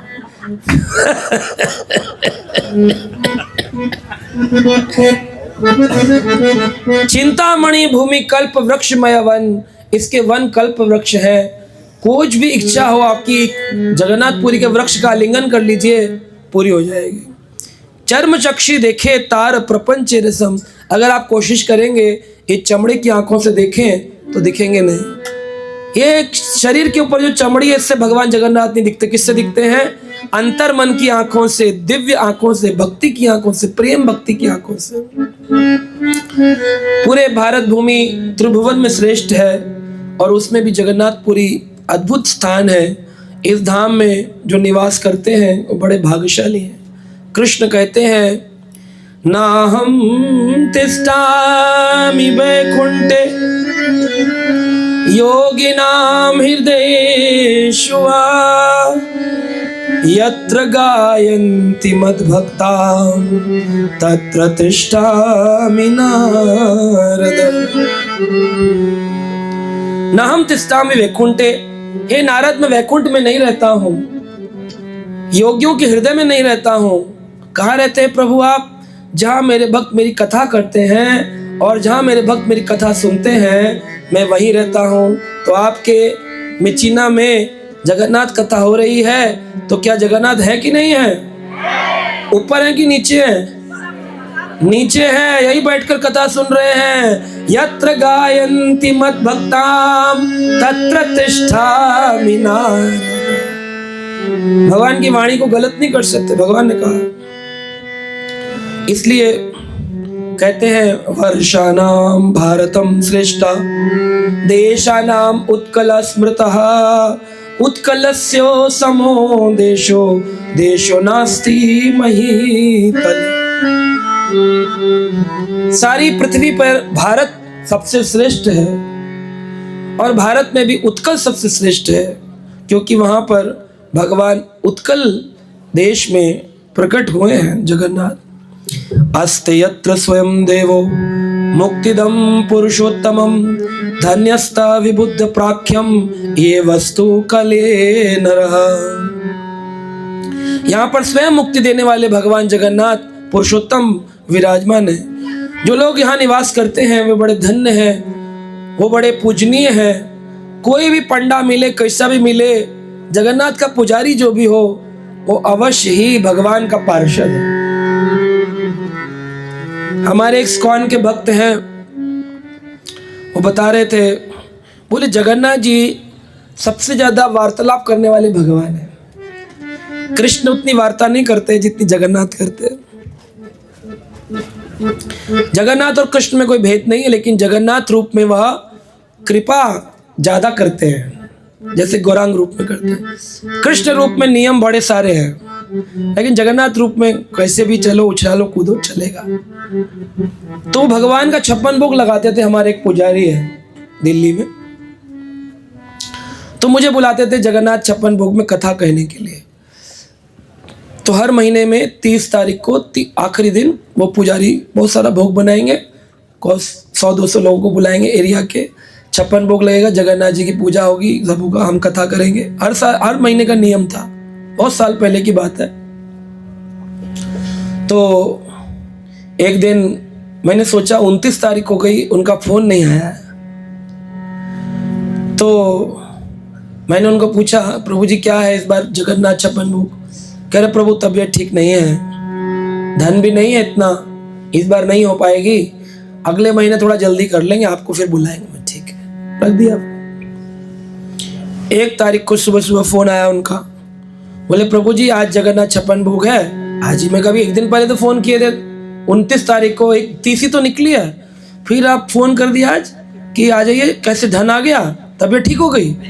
कह रहे नहीं, तबीयत और धन तो अलग बात है, रात को एक कांड हो गया। क्या हो गया?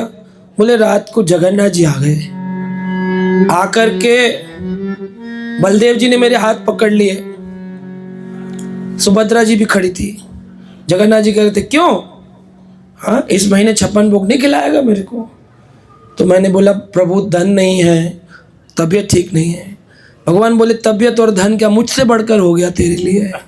हाँ, मैं भूखा रहूं चलेगा, तेरी तबीयत जरूरी है कि मेरा पेट भरना जरूरी है? लाया क्यों था, चला जाऊंगा छोड़ करके। ऐसे सपने में डांट लगाए। प्रभु मैं सुबह उठा, बुखार ठीक हो गया, और सुबह सुबह एक भक्त आए, बोले प्रभु जी आप हर महीने 56 भोग कराते हैं, हम कभी आपको दान नहीं दे पाए, इस बार हम सोच रहे थे कुछ आपको दे दें। 10,000 रुपये सुबह सुबह दे करके गए, तो अभी मैं आपको फोन कर दिया, आज ये कथा भी है, 56 भोग भी है, सब। तो जगन्नाथ जी अद्भुत प्रभु हैं, वार्तालाप करते भक्तों के साथ।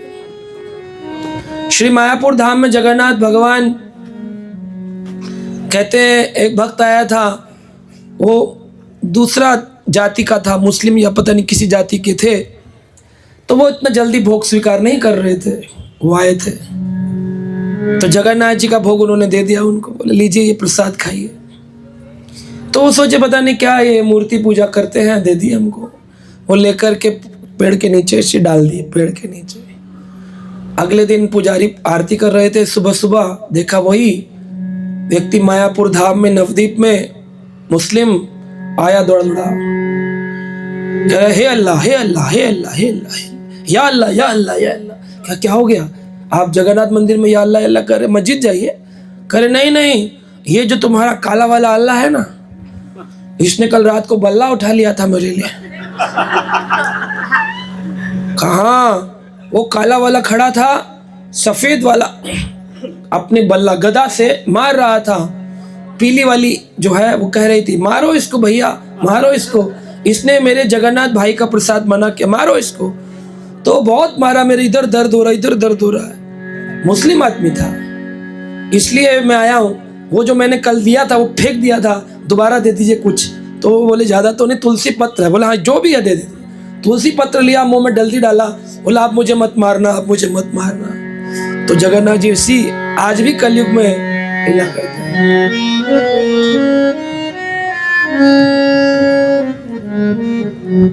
इस पुरुषोत्तम क्षेत्र में देखने योग्य चीजें हैं। तो हम कथा का आज हमने श्रवण किया है कि पुरुषोत्तम क्षेत्र किस प्रकार से महान है, किस प्रकार से स्कंद पुराण में इसकी महिमा का वर्णन किया गया है। अब हम श्रवण करेंगे कि कैसे देश काल परिस्थिति में ये उत्कल क्षेत्र में प्रकट हुआ। कहते हैं एक राजा थे, जिन राजा का नाम था राजा इंद्रदुम्न। ये राजा अवंतीपुरी मालवा देश के रहने वाले थे। एक इंद्रदुम्न भागवत में आते हैं जो गजेंद्र बन गए थे। वो गजेंद्र वाले इंद्रदुम्न तमिलनाडु के राजा थे और ये इंद्रदुम्न भारत के मालवा क्षेत्र अवंतीपुरी के राजा थे। उनकी पत्नी का नाम गुंडीचा था। दोनों बड़े प्रतापी भागवत भक्त थे, संतानहीन थे, भगवान के दर्शन की आशा में रहते थे। एक दिन भगवान नील माधव ने राजा को स्वप्न दिया और कहा कि मैं नीलाद्री पर्वत पर विराजमान हूँ, तुम मेरा दर्शन करना चाहते हो तो यहाँ आ सकते हो। इस प्रकार इंद्रदुम्न राजा ने सुबह सुबह ही सब लोगों को बुलाया और बोले, देखो मुझे कल पता चला है कि भगवान नील माधव जो हैं वो नीलाद्री पर्वत पर विराजमान है। आज भी आप उनका दर्शन कर सकते हैं। जगन्नाथपुरी में स्थान का नाम है कौंटिलो। कौंटिलो में नील माधव जी का दर्शन होता है। तो बड़ा प्रसन्न हो गया, बोले कि क्या किया जाए।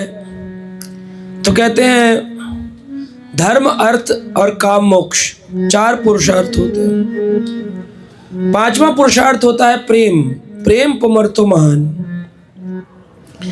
तो इस प्रकार से उन्होंने पुरोहित को कहा, पुरोहित जाओ ढूंढो मेरे नील माधव कहाँ हैं। पुरोहित ने कहा, मेरे पास तो इतना समय नहीं है, मेरा एक छोटा भाई है, उसका नाम है विद्यापति, बड़ा बुद्धिमान विद्वान ब्राह्मण है, वो चला जाएगा, वो खोज करके निकाल देगा नील माधव कहाँ है।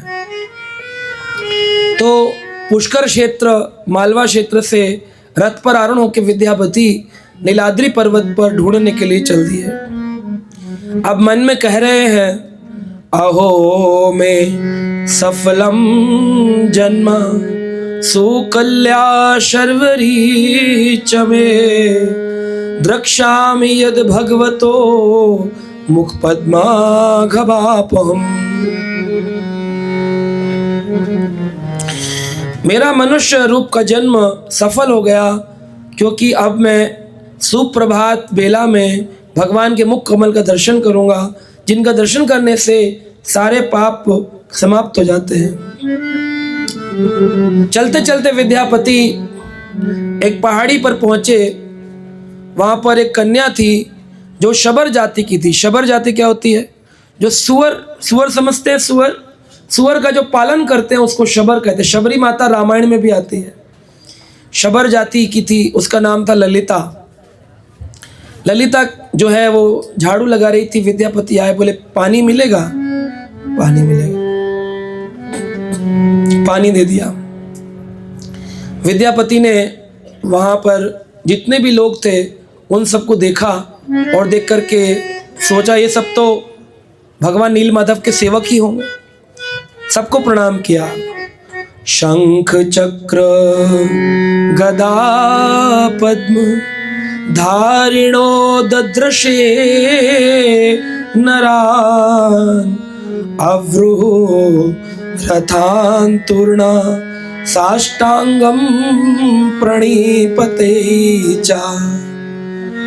भगवान जगन्नाथ के सेवक भी चतुर्भुजी होते हैं, उनको देखते ही साष्टांग प्रणाम करना चाहिए। वैष्णवों के मुख से उसने ऐसी कथा सुनी थी, जैसे ललिता आदि को देखा उसने साष्टांग प्रणाम किया। पूछा, आप बहुत सुंदर हैं, मुझे पानी पिलाया, मेरी प्यास शांत करी, क्या मैं कुछ दिन यहाँ रह सकता हूँ? बोली हाँ रहिए रहिए, आपका ही घर समझिए। शाम को मेरे पिताजी आएंगे, आप उनसे पूछ लीजिएगा बाकी। उनके पिताजी वृषभावसु जो शबर पालन करते थे, भगवान नील माधव के सेवक थे। सेवा करके संध्या में जब आए, शरीर से एक सुगंध निकल रही थी, दिव्य सुगंध। पूछे, आप तो बड़ी सुगंधित हैं, कैसे? बोले मैं भगवान की सेवा करता हूँ।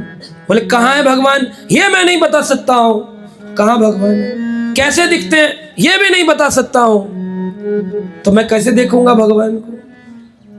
बोले भगवान को देखना है तो मेरी कन्या से विवाह करना होगा, मेरे दामाद बन जाओगे तो मैं दिखाऊंगा। उसने कहा ठीक है। तो ललिता से विद्यापति का विवाह हो गया। ब्राह्मण का विवाह छोटी जाति में हो गया, सबर जाति में हो गया। अब एक दिन विश्वावसु ने कहा चलो मैं तुम्हें दिखाऊंगा। उनकी आंखों पे पट्टी बांधी और दिखाने ले गए। रास्ते में जो विद्यापति थे सरसों के दाने डालते हुए नीलाद्री पर्वत की ऊंची चोटी पर गए। पट्टी खोली तो क्या देखा, किनारे में एक नदी बहती है। उस नदी को देखा, इतनी सुंदर साफ नदी। उसी नदी के जल से एक कुंड बना था, नाम था रोहिणी कुंड। एक कौवा था, वो आकाश मार्ग से नीचे गिरा और गिरते ही रोहिणी कुंड का जल जैसे छुआ, चतुर्भुज रूप लेकर के भगवत धाम को चला गया। ये देख करके विद्यापति हैरान हो गए। एक काक जाति का कौवा रोहिणी के कुंड के जल से स्पर्श होते ही आकाश में चतुर्भुज रूप ले लिया। मैं भी अभी आत्महत्या कर लेता हूँ, वैकुंठ चला जाऊँ। पेड़ पे चढ़ गया, कूदने को तैयार। जय नीलमाधव। आकाशवाणी हुई, विद्यापति रुक जाओ, तुम्हें अभी बहुत सेवा करनी है। ये शरीर तुम्हारा नहीं मेरा है। तुम मेरे दास हो, मेरे सेवक हो, इसलिए अपने शरीर का अंत मत करो। मान गया। नील माधव जी का दर्शन करना है। विश्वावसु बोले ये देखो नील माधव, इतने सुंदर नील माधव, नीले रंग के, बांसुरी बजाते हुए, त्रिभंग ललितम स्वरूपम। देख करके आनंद विभोर हो गया। हाथ जोड़ करके कामना करने लगा। हाथ जोड़े, हे कृष्ण करुणा सिंधु दीन बंधु जगतपते गोपेश गोपिका कांत राधा कांत नमस्ते।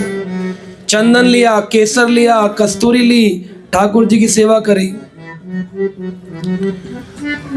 बड़ा प्रसन्न हुआ, इतने सुंदर भगवान। तभी आकाशवाणी हुई, विश्वावसु ब्रह्मा जी के 50 वर्ष पूरे हो गए। अब 51वां वर्ष पूरा शुरू होगा। उसको कहते हैं द्विप्रार्ध। पहला 50 वर्ष को प्रथम प्रार्ध और दूसरा प्रार्ध सेकंड इनिंग चालू हो गई। लाइफ की होती है ना, 100 साल में से फर्स्ट इनिंग 50 साल, सेकंड इनिंग अगले 50 साल। तो ब्रह्मा जी की अभी सेकंड इनिंग चालू हो रही है, 50वां साल, 51वां साल चालू हो रहा है। पहले 50 साल में नील माधव रूप में रहता हूं और अगले 50 साल में जगन्नाथ रूप में रहता हूं। इसलिए अब वो समय चला गया है। आज वो अंतिम दिन है, मैं जा रहा हूं इस जगह से। भगवान अंतर ध्यान होगा। विश्वावसु रोने लगा, बोले मेरे दामाद के कारण भगवान चले गए हैं। ये सब भगवान बातें बना रहे हैं, बड़े वाक चातुर्यता में बड़े परिपूर्ण कृष्ण मुझे पागल बना रहे हैं। चले गए, इसके कारण चले गए, मैं इसे छोड़ूंगा नहीं। पेड़ के किनारे बांध दिया रस्सियों से, यही रहो, पशु खा जाएंगे तुझे। ललिता के पास विश्वावसु पहुंचा गुस्सा करते हुए, तेरे पति को मैंने बांध दिया, मेरे भगवान चले गए तेरे पति के कारण। अब सरसों के बीज जिस स्थान पर थे वहां छोटे छोटे पौधे निकल आए। ललिता उनको देखते देखते अपने पति के पास पहुंची, देखा रस्सियों में बंधा है, उसे खोल दिया, मुक्त कर दिया।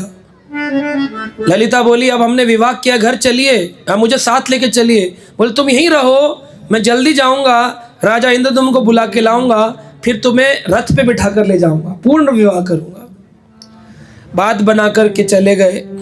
इंद्रदुम्न महाराज इधर विफल हो रहे थे, कब आएंगे भगवान जगन्नाथ जी का दर्शन, कब होगा नील माधव का दर्शन। विद्यापति पहुंचे।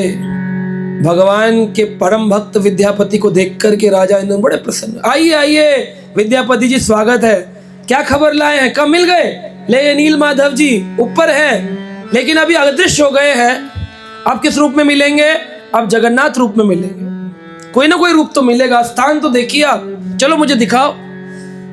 गए, कुछ भी नहीं है वहां पर। कर भगवान तो बोले थे जगन्नाथ रूप में आएंगे। भाव विह्वल होकर के बहुत रोए, सर पटक पटक के राजा इंद्रदुम्न, प्रभु आपने मुझे ना नील माधव का रूप दिखाया, ना जगन्नाथ रूप दिखाया, मेरी क्या गलती है? मैं आपका परम भक्त बनना चाहता हूं। आकाशवाणी हुई, चिंता मत करो राजा, वापिस जाओ। वापिस जाकर के जब तुम महल पहुंचोगे तो वहाँ पर उत्कल प्रदेश में एक मंदिर बनाना। उस मंदिर के किनारे समुद्र है, उस समुद्र के अंदर तुम्हें एक बड़ा लकड़ी का तना मिलेगा, उस तने से तुम मेरा रूप बनाना, तब मैं अवतरण होऊंगा। समझ गए? नीचे आए, एक बहुत बड़ा मंदिर बनाया इंद्रम राजा ने। अब लोग सोचते हैं, इसमें एक ज्ञान की बात है कि राजा इंद्रम तो इतने वर्षों पूर्व हुए थे, तो क्या आज तक वही मंदिर विराजमान है? और अगर वो मंदिर नहीं है तो फिर कौन सा मंदिर है ये? राजा इंद्रद्युम्न, उनकी पत्नी गुंडीचा जो थे वो इतने दिव्य थे, जब भगवान उनसे बात करते थे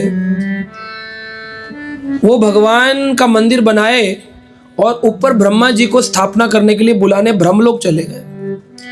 जब ब्रह्मलोक गए तो नीचे तो कितने युग बीत गए, तो नीचे कई युग बीत गए।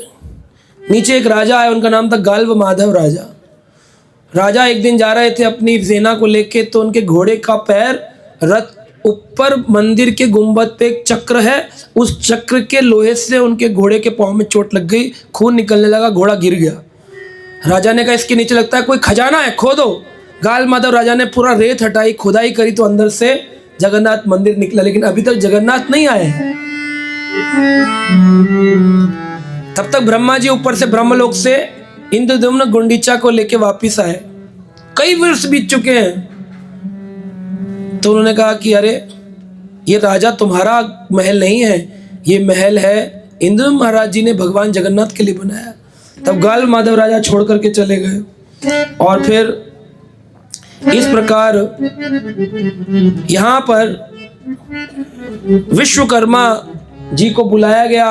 कहते कई सारे बड़े आए थे और उन्होंने एक बड़ा सा जो तना मिला था रेत के किनारे समुद्र में तैरता हुआ, उसको उठाने के लिए राजा ने 300 सैनिक भेजे। 300 सैनिक आवाज लगाते हैं जय जगन्नाथ जय जगन्नाथ जय जगन्नाथ, लेकिन कोई भी उठा नहीं पाता। भगवान फिर दुखी हो गए। इंद्रद्युम्न बोले ये क्या होता है कि आप उठ नहीं रहे 300 लोगों से? भगवान बोले 300 की जरूरत नहीं, 2 ही काफी हैं, लेकिन वो होने चाहिए जो मेरे भक्त हों। कौन? एक विश्वावसु और एक विद्यापति।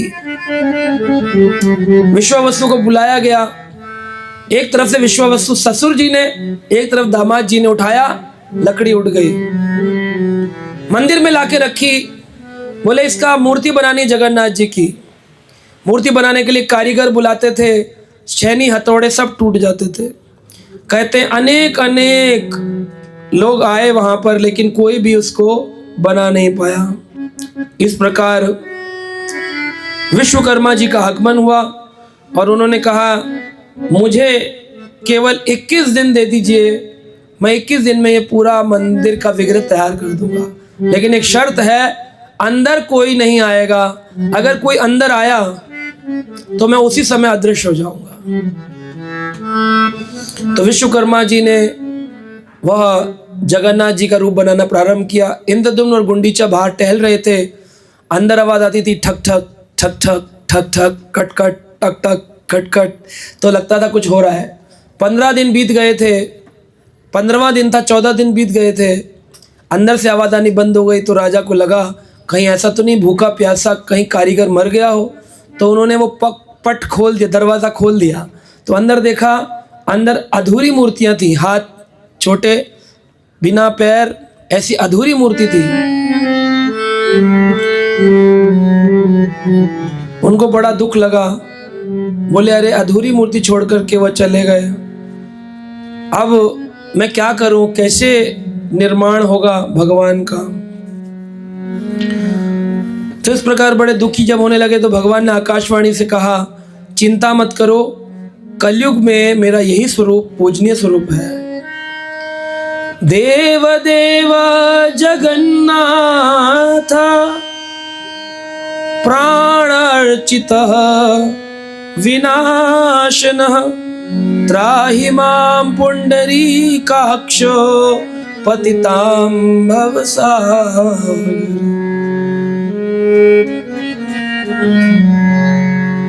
विश्वकर्मा जी ने बोला चिंता मत करो, 4 दिन बाद मेरा एक पुत्र आएगा, उसका नाम होगा सुघटक, और वो सुंदर नरसिंह भगवान की स्थापना करेगा। उसके बाद यह स्थान पे कोई विघ्न नहीं आएंगे। अभी बहुत विघ्न आए, अब कोई विघ्न नहीं आएगा। सुघटक नरसिंह भगवान की स्थापना करेगा। तो सुघटक ने नरसिंह की स्थापना करी, आकाश मार्ग से लाए नरसिंह की स्थापना करी।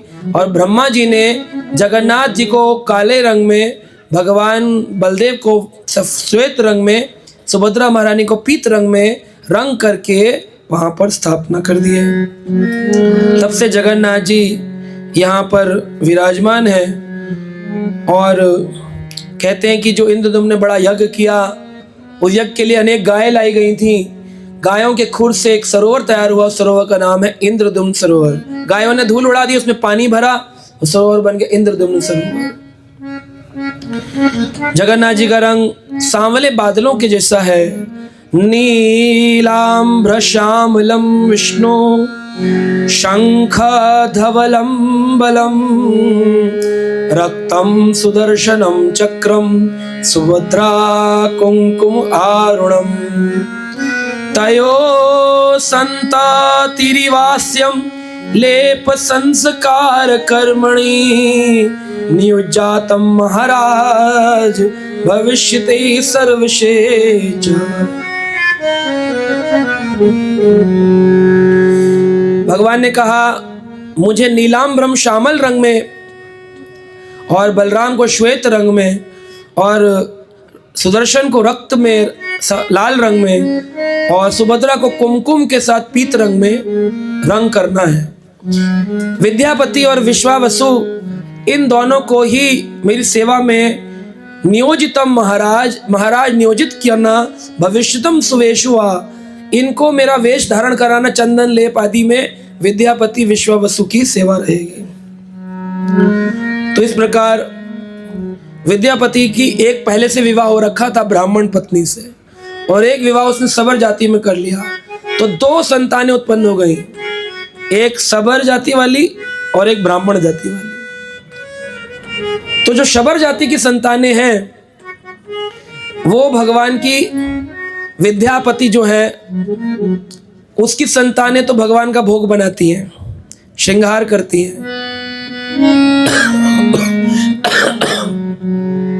और भगवान को जब 15 दिन बुखार लगता है तब जो सेवा करते हैं दैत्यापति, वो सब विश्वावसु की संतान है। तो दोनों की सेवाएं भगवान ने नियोजित करी। इस प्रकार से हम देखते हैं भगवान जगन्नाथ से इंद्रदुम्न महाराज ने 3 वर मांगे। कहा, मेरे जीवन में कोई संतान नहीं होनी चाहिए, क्योंकि अगर होगी तो मेरे मंदिर का वह प्रॉपर्टी मांगेगी कि ये मंदिर मेरे पिताजी का है। दूसरा, भगवान आप कभी सोएंगे नहीं, क्योंकि अगर आप सो गए तो हमारा क्या होगा। इसलिए भगवान 8 पहर में से केवल 1 पहर सोते हैं, 3 घंटे सोते हैं।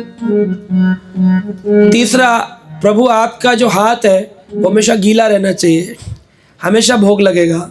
तो कोई भी पूरी में आएगा भूखा नहीं रहेगा, आप हमेशा खाते रहेंगे, भोग लगता रहेगा। तो हर 3 घंटे में ठाकुर जी को भोग लगता है, 7 बार वो भोग बाहर आता है, सारी दुनिया खाती है। इस प्रकार से 3 वरदान मांगे थे। गुंडीचा रानी सुनकर रोने लग गई, प्रभु आपने मांग लिया महाराज, हमारे कोई संतान नहीं होगी तो हमारा पिंडदान कौन करेगा, अंतिम संस्कार पुत्र नहीं करेगा तो कौन करेगा। पुत्र का कर्तव्य अपने माता पिता के लिए अंतिम संस्कार करना। पू नामक नरकः त्रायते हि पुत्रः, पुत्र नहीं होगा तो हमें नरक से कौन तारेगा। भगवान बोले, माता चिंता क्यों करती हो, पहले बच्चा पैदा करो, फिर बड़ा करो, खिलाओ पिलाओ।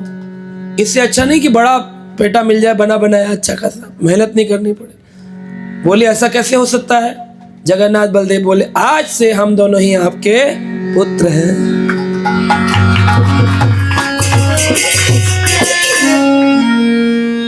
रानी गुंडीचा बोली, पर वो तो आप तो भगवान है ना, तो भगवान कैसे किसी के पुत्र हो सकते हैं। बोले, अगर मैं यशोदा का हो सकता हूँ तो तुम्हारा नहीं हो सकता हूँ, आज से तुम मेरी मौसी माँ हो। कौन हो? मौसी माँ। इसलिए गुंडीचा मंदिर जाते कहते मौसी माँ मंदिर गए। मौसी हो गई यशोदा जी की बहन गुंडीचा, उनका भी पुत्र हूँ, तुम्हारा भी पुत्र हूँ, और मैं आपका भी पिंडदान करूंगा। आज भी पितृपक्ष के महीने में एक पालकी निकलती है, जगन्नाथ बलदेव जी अपनी माता गुंडीचा और अपने पिता इंद्रदम का श्राद्ध करने के लिए जाते हैं, पिंडदान अर्पित करते हैं गुंडीचा के इंद्रदम के नाम से। तो भगवान जगन्नाथ अद्भुत इस वंश को वरदान देकर के कल्याण किए इंद्रदम राजा पर। और आज भी इंद्रदम राजा के जो वंशज है, राजा प्रताप रुद्र राय अभी इस काल में गजपति राजा हैं। राजा भगवान के बड़े उत्तम सेवक हैं, बड़ी विनम्रता के साथ भगवान की सेवा में लगे रहते हैं। तो इस प्रकार हमने आज जाना कैसे जगन्नाथ जी द्वारिका के भाव से वृंदावन के भाव में आते हैं, कैसे इंद्रदम महाराज और रानी गुंडीचा के लिए वह एक सुंदर स्वरूप बना करके जगन्नाथ बलदेव सुभद्रा सुदर्शन रूप में रहते हैं, कैसे भगवान अपने भक्तों के साथ मेल मिलाप करते हैं। भगवान जगन्नाथ जी का सुदर्शन जो है वो खड़ा रहता है, चक्र के रूप में नहीं रहता है। तो कई बार लोग ये प्रश्न करते हैं, प्रभु जी ये भी बताइए जगन्नाथ जी का जो सुदर्शन है वो डंडे के रूप में क्यों है, चक्र के रूप में क्यों नहीं? एक चक्र ऊपर लगाया गुम्मद पे, तो नीचे भी लगाया। वह जगन्नाथ जी का जो सुदर्शन है डंडे के रूप में इसलिए है क्योंकि भगवान दंड दिए थे सुदर्शन। क्या दंड दिए? एक दिन सुदर्शन के मन में आया, मैं ही तो लोगों का गर्दन काटता हूँ। शिशुपाल को किसने मारा? कृष्ण कहते मैंने मारा। अरे उन्होंने तो फेंका, मारा तो मैंने, काटता तो मैं हूँ। भगवान बोले जिसके मन में अहंकार आता है वो तो मेरा भोजन है, मैं इसका अहंकार भक्षण करूंगा।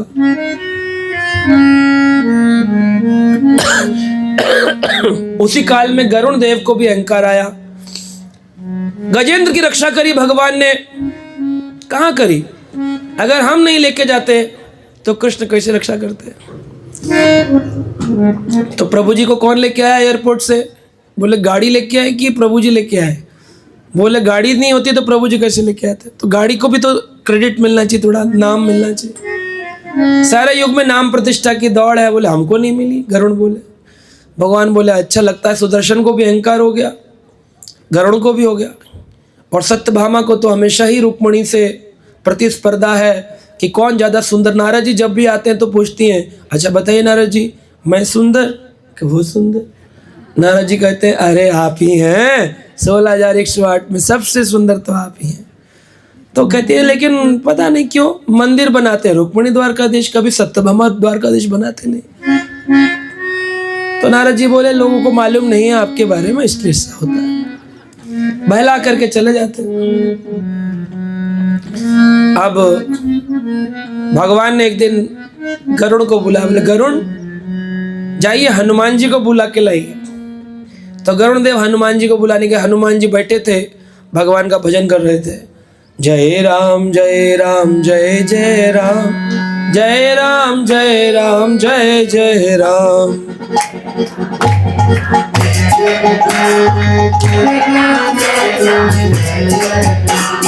जय राम जय राम जय जय राम, जय राम जय राम जय जय राम।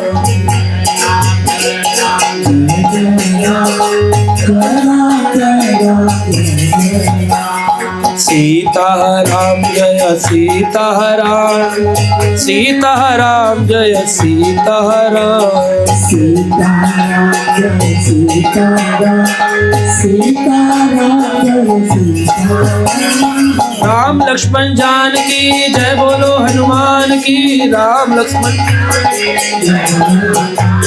राम लक्ष्मण जानकी जय बोलो हनुमान की। राम लक्ष्मण, राम लक्ष्मण जानकी जय बोलो हनुमान की। राम लक्ष्मण जानकी जय बोलो हनुमान की। राम लक्ष्मण जानकी सीताराम जय सीताराम, सीताराम जय सीताराम। सीताराम जय सीताराम जय सीताराम, सीताराम जय सीताराम। सीताराम जय सीताराम जय सीताराम। अयोध्यावासी राजा राम, अयोध्यावासी जय श्री राम। अयोध्यावासी राजा राम, अयोध्यावासी जय श्री राम। राजा राम जय राजा राम, दशरथ नंदन जय श्री राम। राजा राम जय राजा राम, दशरथ नंदन जय श्री राम। अयोध्यावासी राजा राम, दशरथ नंदन जय श्री राम। दशरथ नंदन जय श्री राम। जय राम जय राम जय जय राम, जय राम जय राम जय जय राम।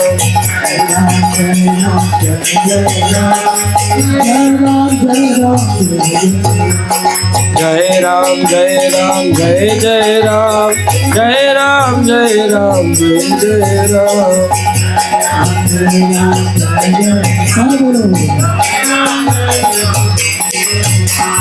जय राम जय राम जय जय राम, जय राम जय राम राजा राम।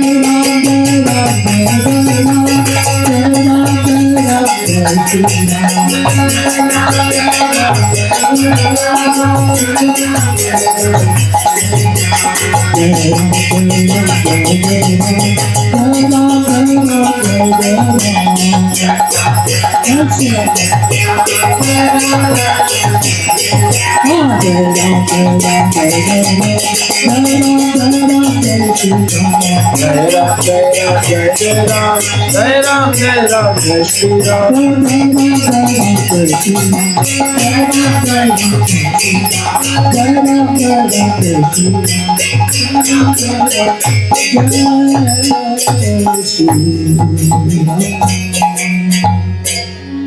तो भगवान के परम भक्त गरुण हनुमान जी के पास पहुंचे। बोले हनुमान जी, बोले जय हो गरुण देव, आज कैसे आगमन हुआ? बोले आपको द्वारकाधीश ने बुलाया है। तो दोनों पंख पकड़े गरुण की ओर फाड़ दिए। गरुण बोले अरे क्या किया, पंख तोड़ दिया हमारे हैं? बोले अरे आपको दिखता नहीं हम राम जी की समाधि में द्वारकाधीश बुलाए, तो तुम जाओ, हमारे को द्वारकाधीश से क्या काम, हमारा तो राम से प्रेम है, हम रामदास हनुमान, मालूम नहीं तुमको पूरा। बोले अरे बना करना था, मना कर देते, पंख क्यों उखाड़ दिए? अब दिव्य हैं गरुण, तो पंख जुड़ गए जैसे तैसे, हाँपते हाँपते पहुंचे। बोले प्रभु किसको बुलाने भेज दिया आपने? जाकर के हम बोले कि आप बुला रहे हैं, इतने में पंख उखाड़ दिए। वो तो हम दिव्य थे तो जुड़ गए, वरना तो आज तो मर गए होते। भगवान बोले तुमने क्या बोला गरुण? बोले मैंने बोला द्वारकाधीश बुला रहे। यही तो हनुमान का प्रेम है मेरे राम रूप में, द्वारकाधीश रूप में उसका कोई प्रेम नहीं है। तुम जाकर के बोलो राम बुला रहे हैं तो वो आएंगे। ठीक है प्रभु, किसी और को भेज देते चलता। करे नहीं नहीं तुम ही जाओ। गरुड़ पहुंचे, बोले हनुमान जी राम राम जप कर रहे थे।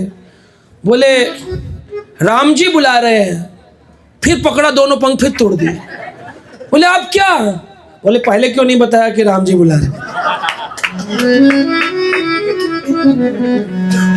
तेज गति से गरुड़ उड़ करके जाने लगे और हनुमान जी भी तेज गति से चलने लगे कि कौन पहले पहुंचता है। हनुमान जी बोले गरुड़ कितने भी पंख उछालो हमसे तेज नहीं जा सकते हो। जिस सागर को बिना सेतु के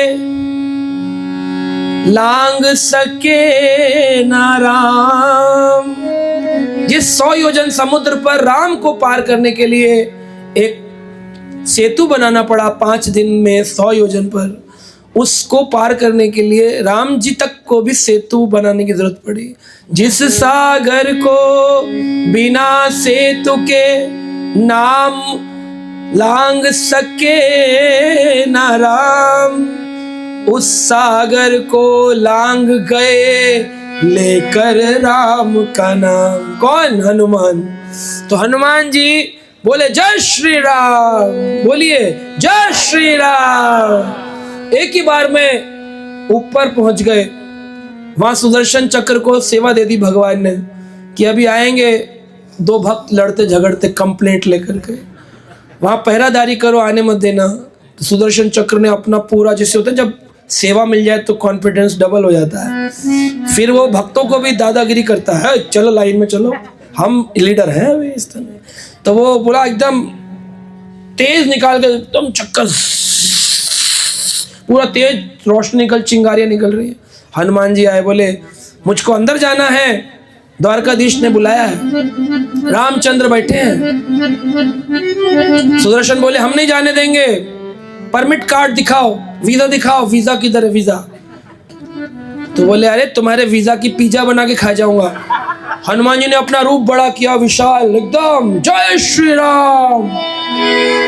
सुदर्शन जी इतने से रह गए, ऐसे उठाया इलायची की तरह दांत के बीच में रख लिया। अंदर जाने लगे हनुमान जी तेज गति में। तो सत्यभामा आई, कौन हो वानर, अंदर चले आ रहे हो?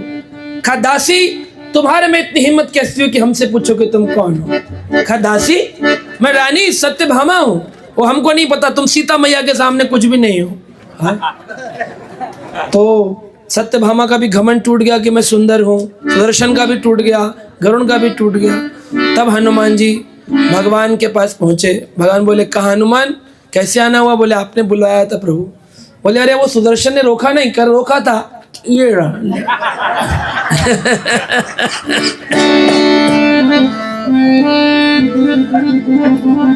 तो सुदर्शन ने भगवान के सामने गिड़गिड़ाने लगे, प्रभु मैं तो सोचता था कि मुझ में बल है, लेकिन असलियत में मेरा बल आपके बल के कारण है।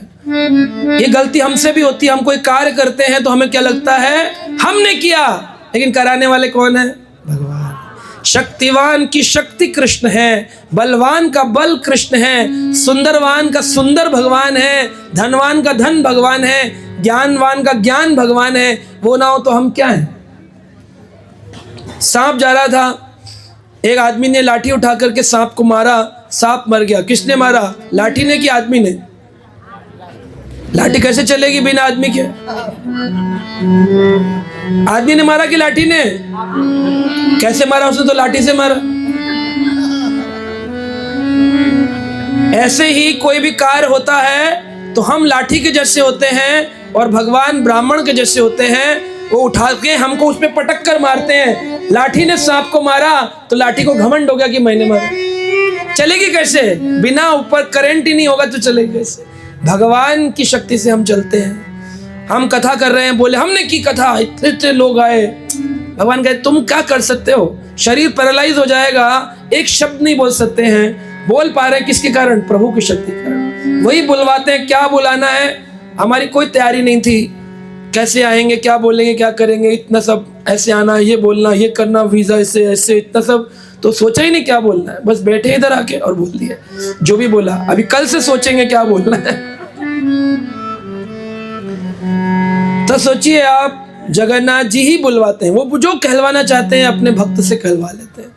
तो सुदर्शन रोने लगे, प्रभु मुझे गलती हो गई, गिड़गिड़ाए, प्रभु मुझे माफ कर दिए, क्षमा याचना, मुझे कोई दंड दीजिए, आपका दंड ऐसा जिससे मेरा ये सारा पाप, मेरा अहंकार नष्ट हो जाए। भगवान बोले कलयुग में जब मैं जगन्नाथ रूप में आऊंगा, तुम्हारा दंड है कि तुम दंड के जैसे मेरे पीछे चुपचाप खड़े रहोगे।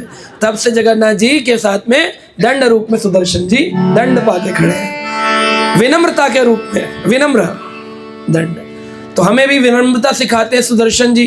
कहते हैं अगर जगन्नाथ जी का दर्शन करना है तो एक होता है दर्शन और एक होता है सुदर्शन। जिस भी वस्तु में सु अक्षर लगता है वो और ज़्यादा प्रशंसित हो जाती है। जैसे दुर्लभा सुदुर्लभा, तो भगवान कन्या सुकन्या। तो ऐसे एक बार लड़की लड़का देखने गए एक दूसरे को, तो लड़की पक्ष वाले बोले हमारी कन्या नहीं है, सुकन्या है। तो वर वाले भी बोले हमारा वर नहीं है, सुवर है।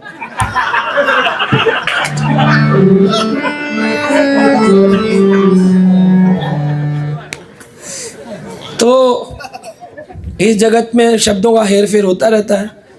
भगवान जगन्नाथ जी का दर्शन सुदर्शन के माध्यम से, सुदक्ष रूप से दर्शन होता है।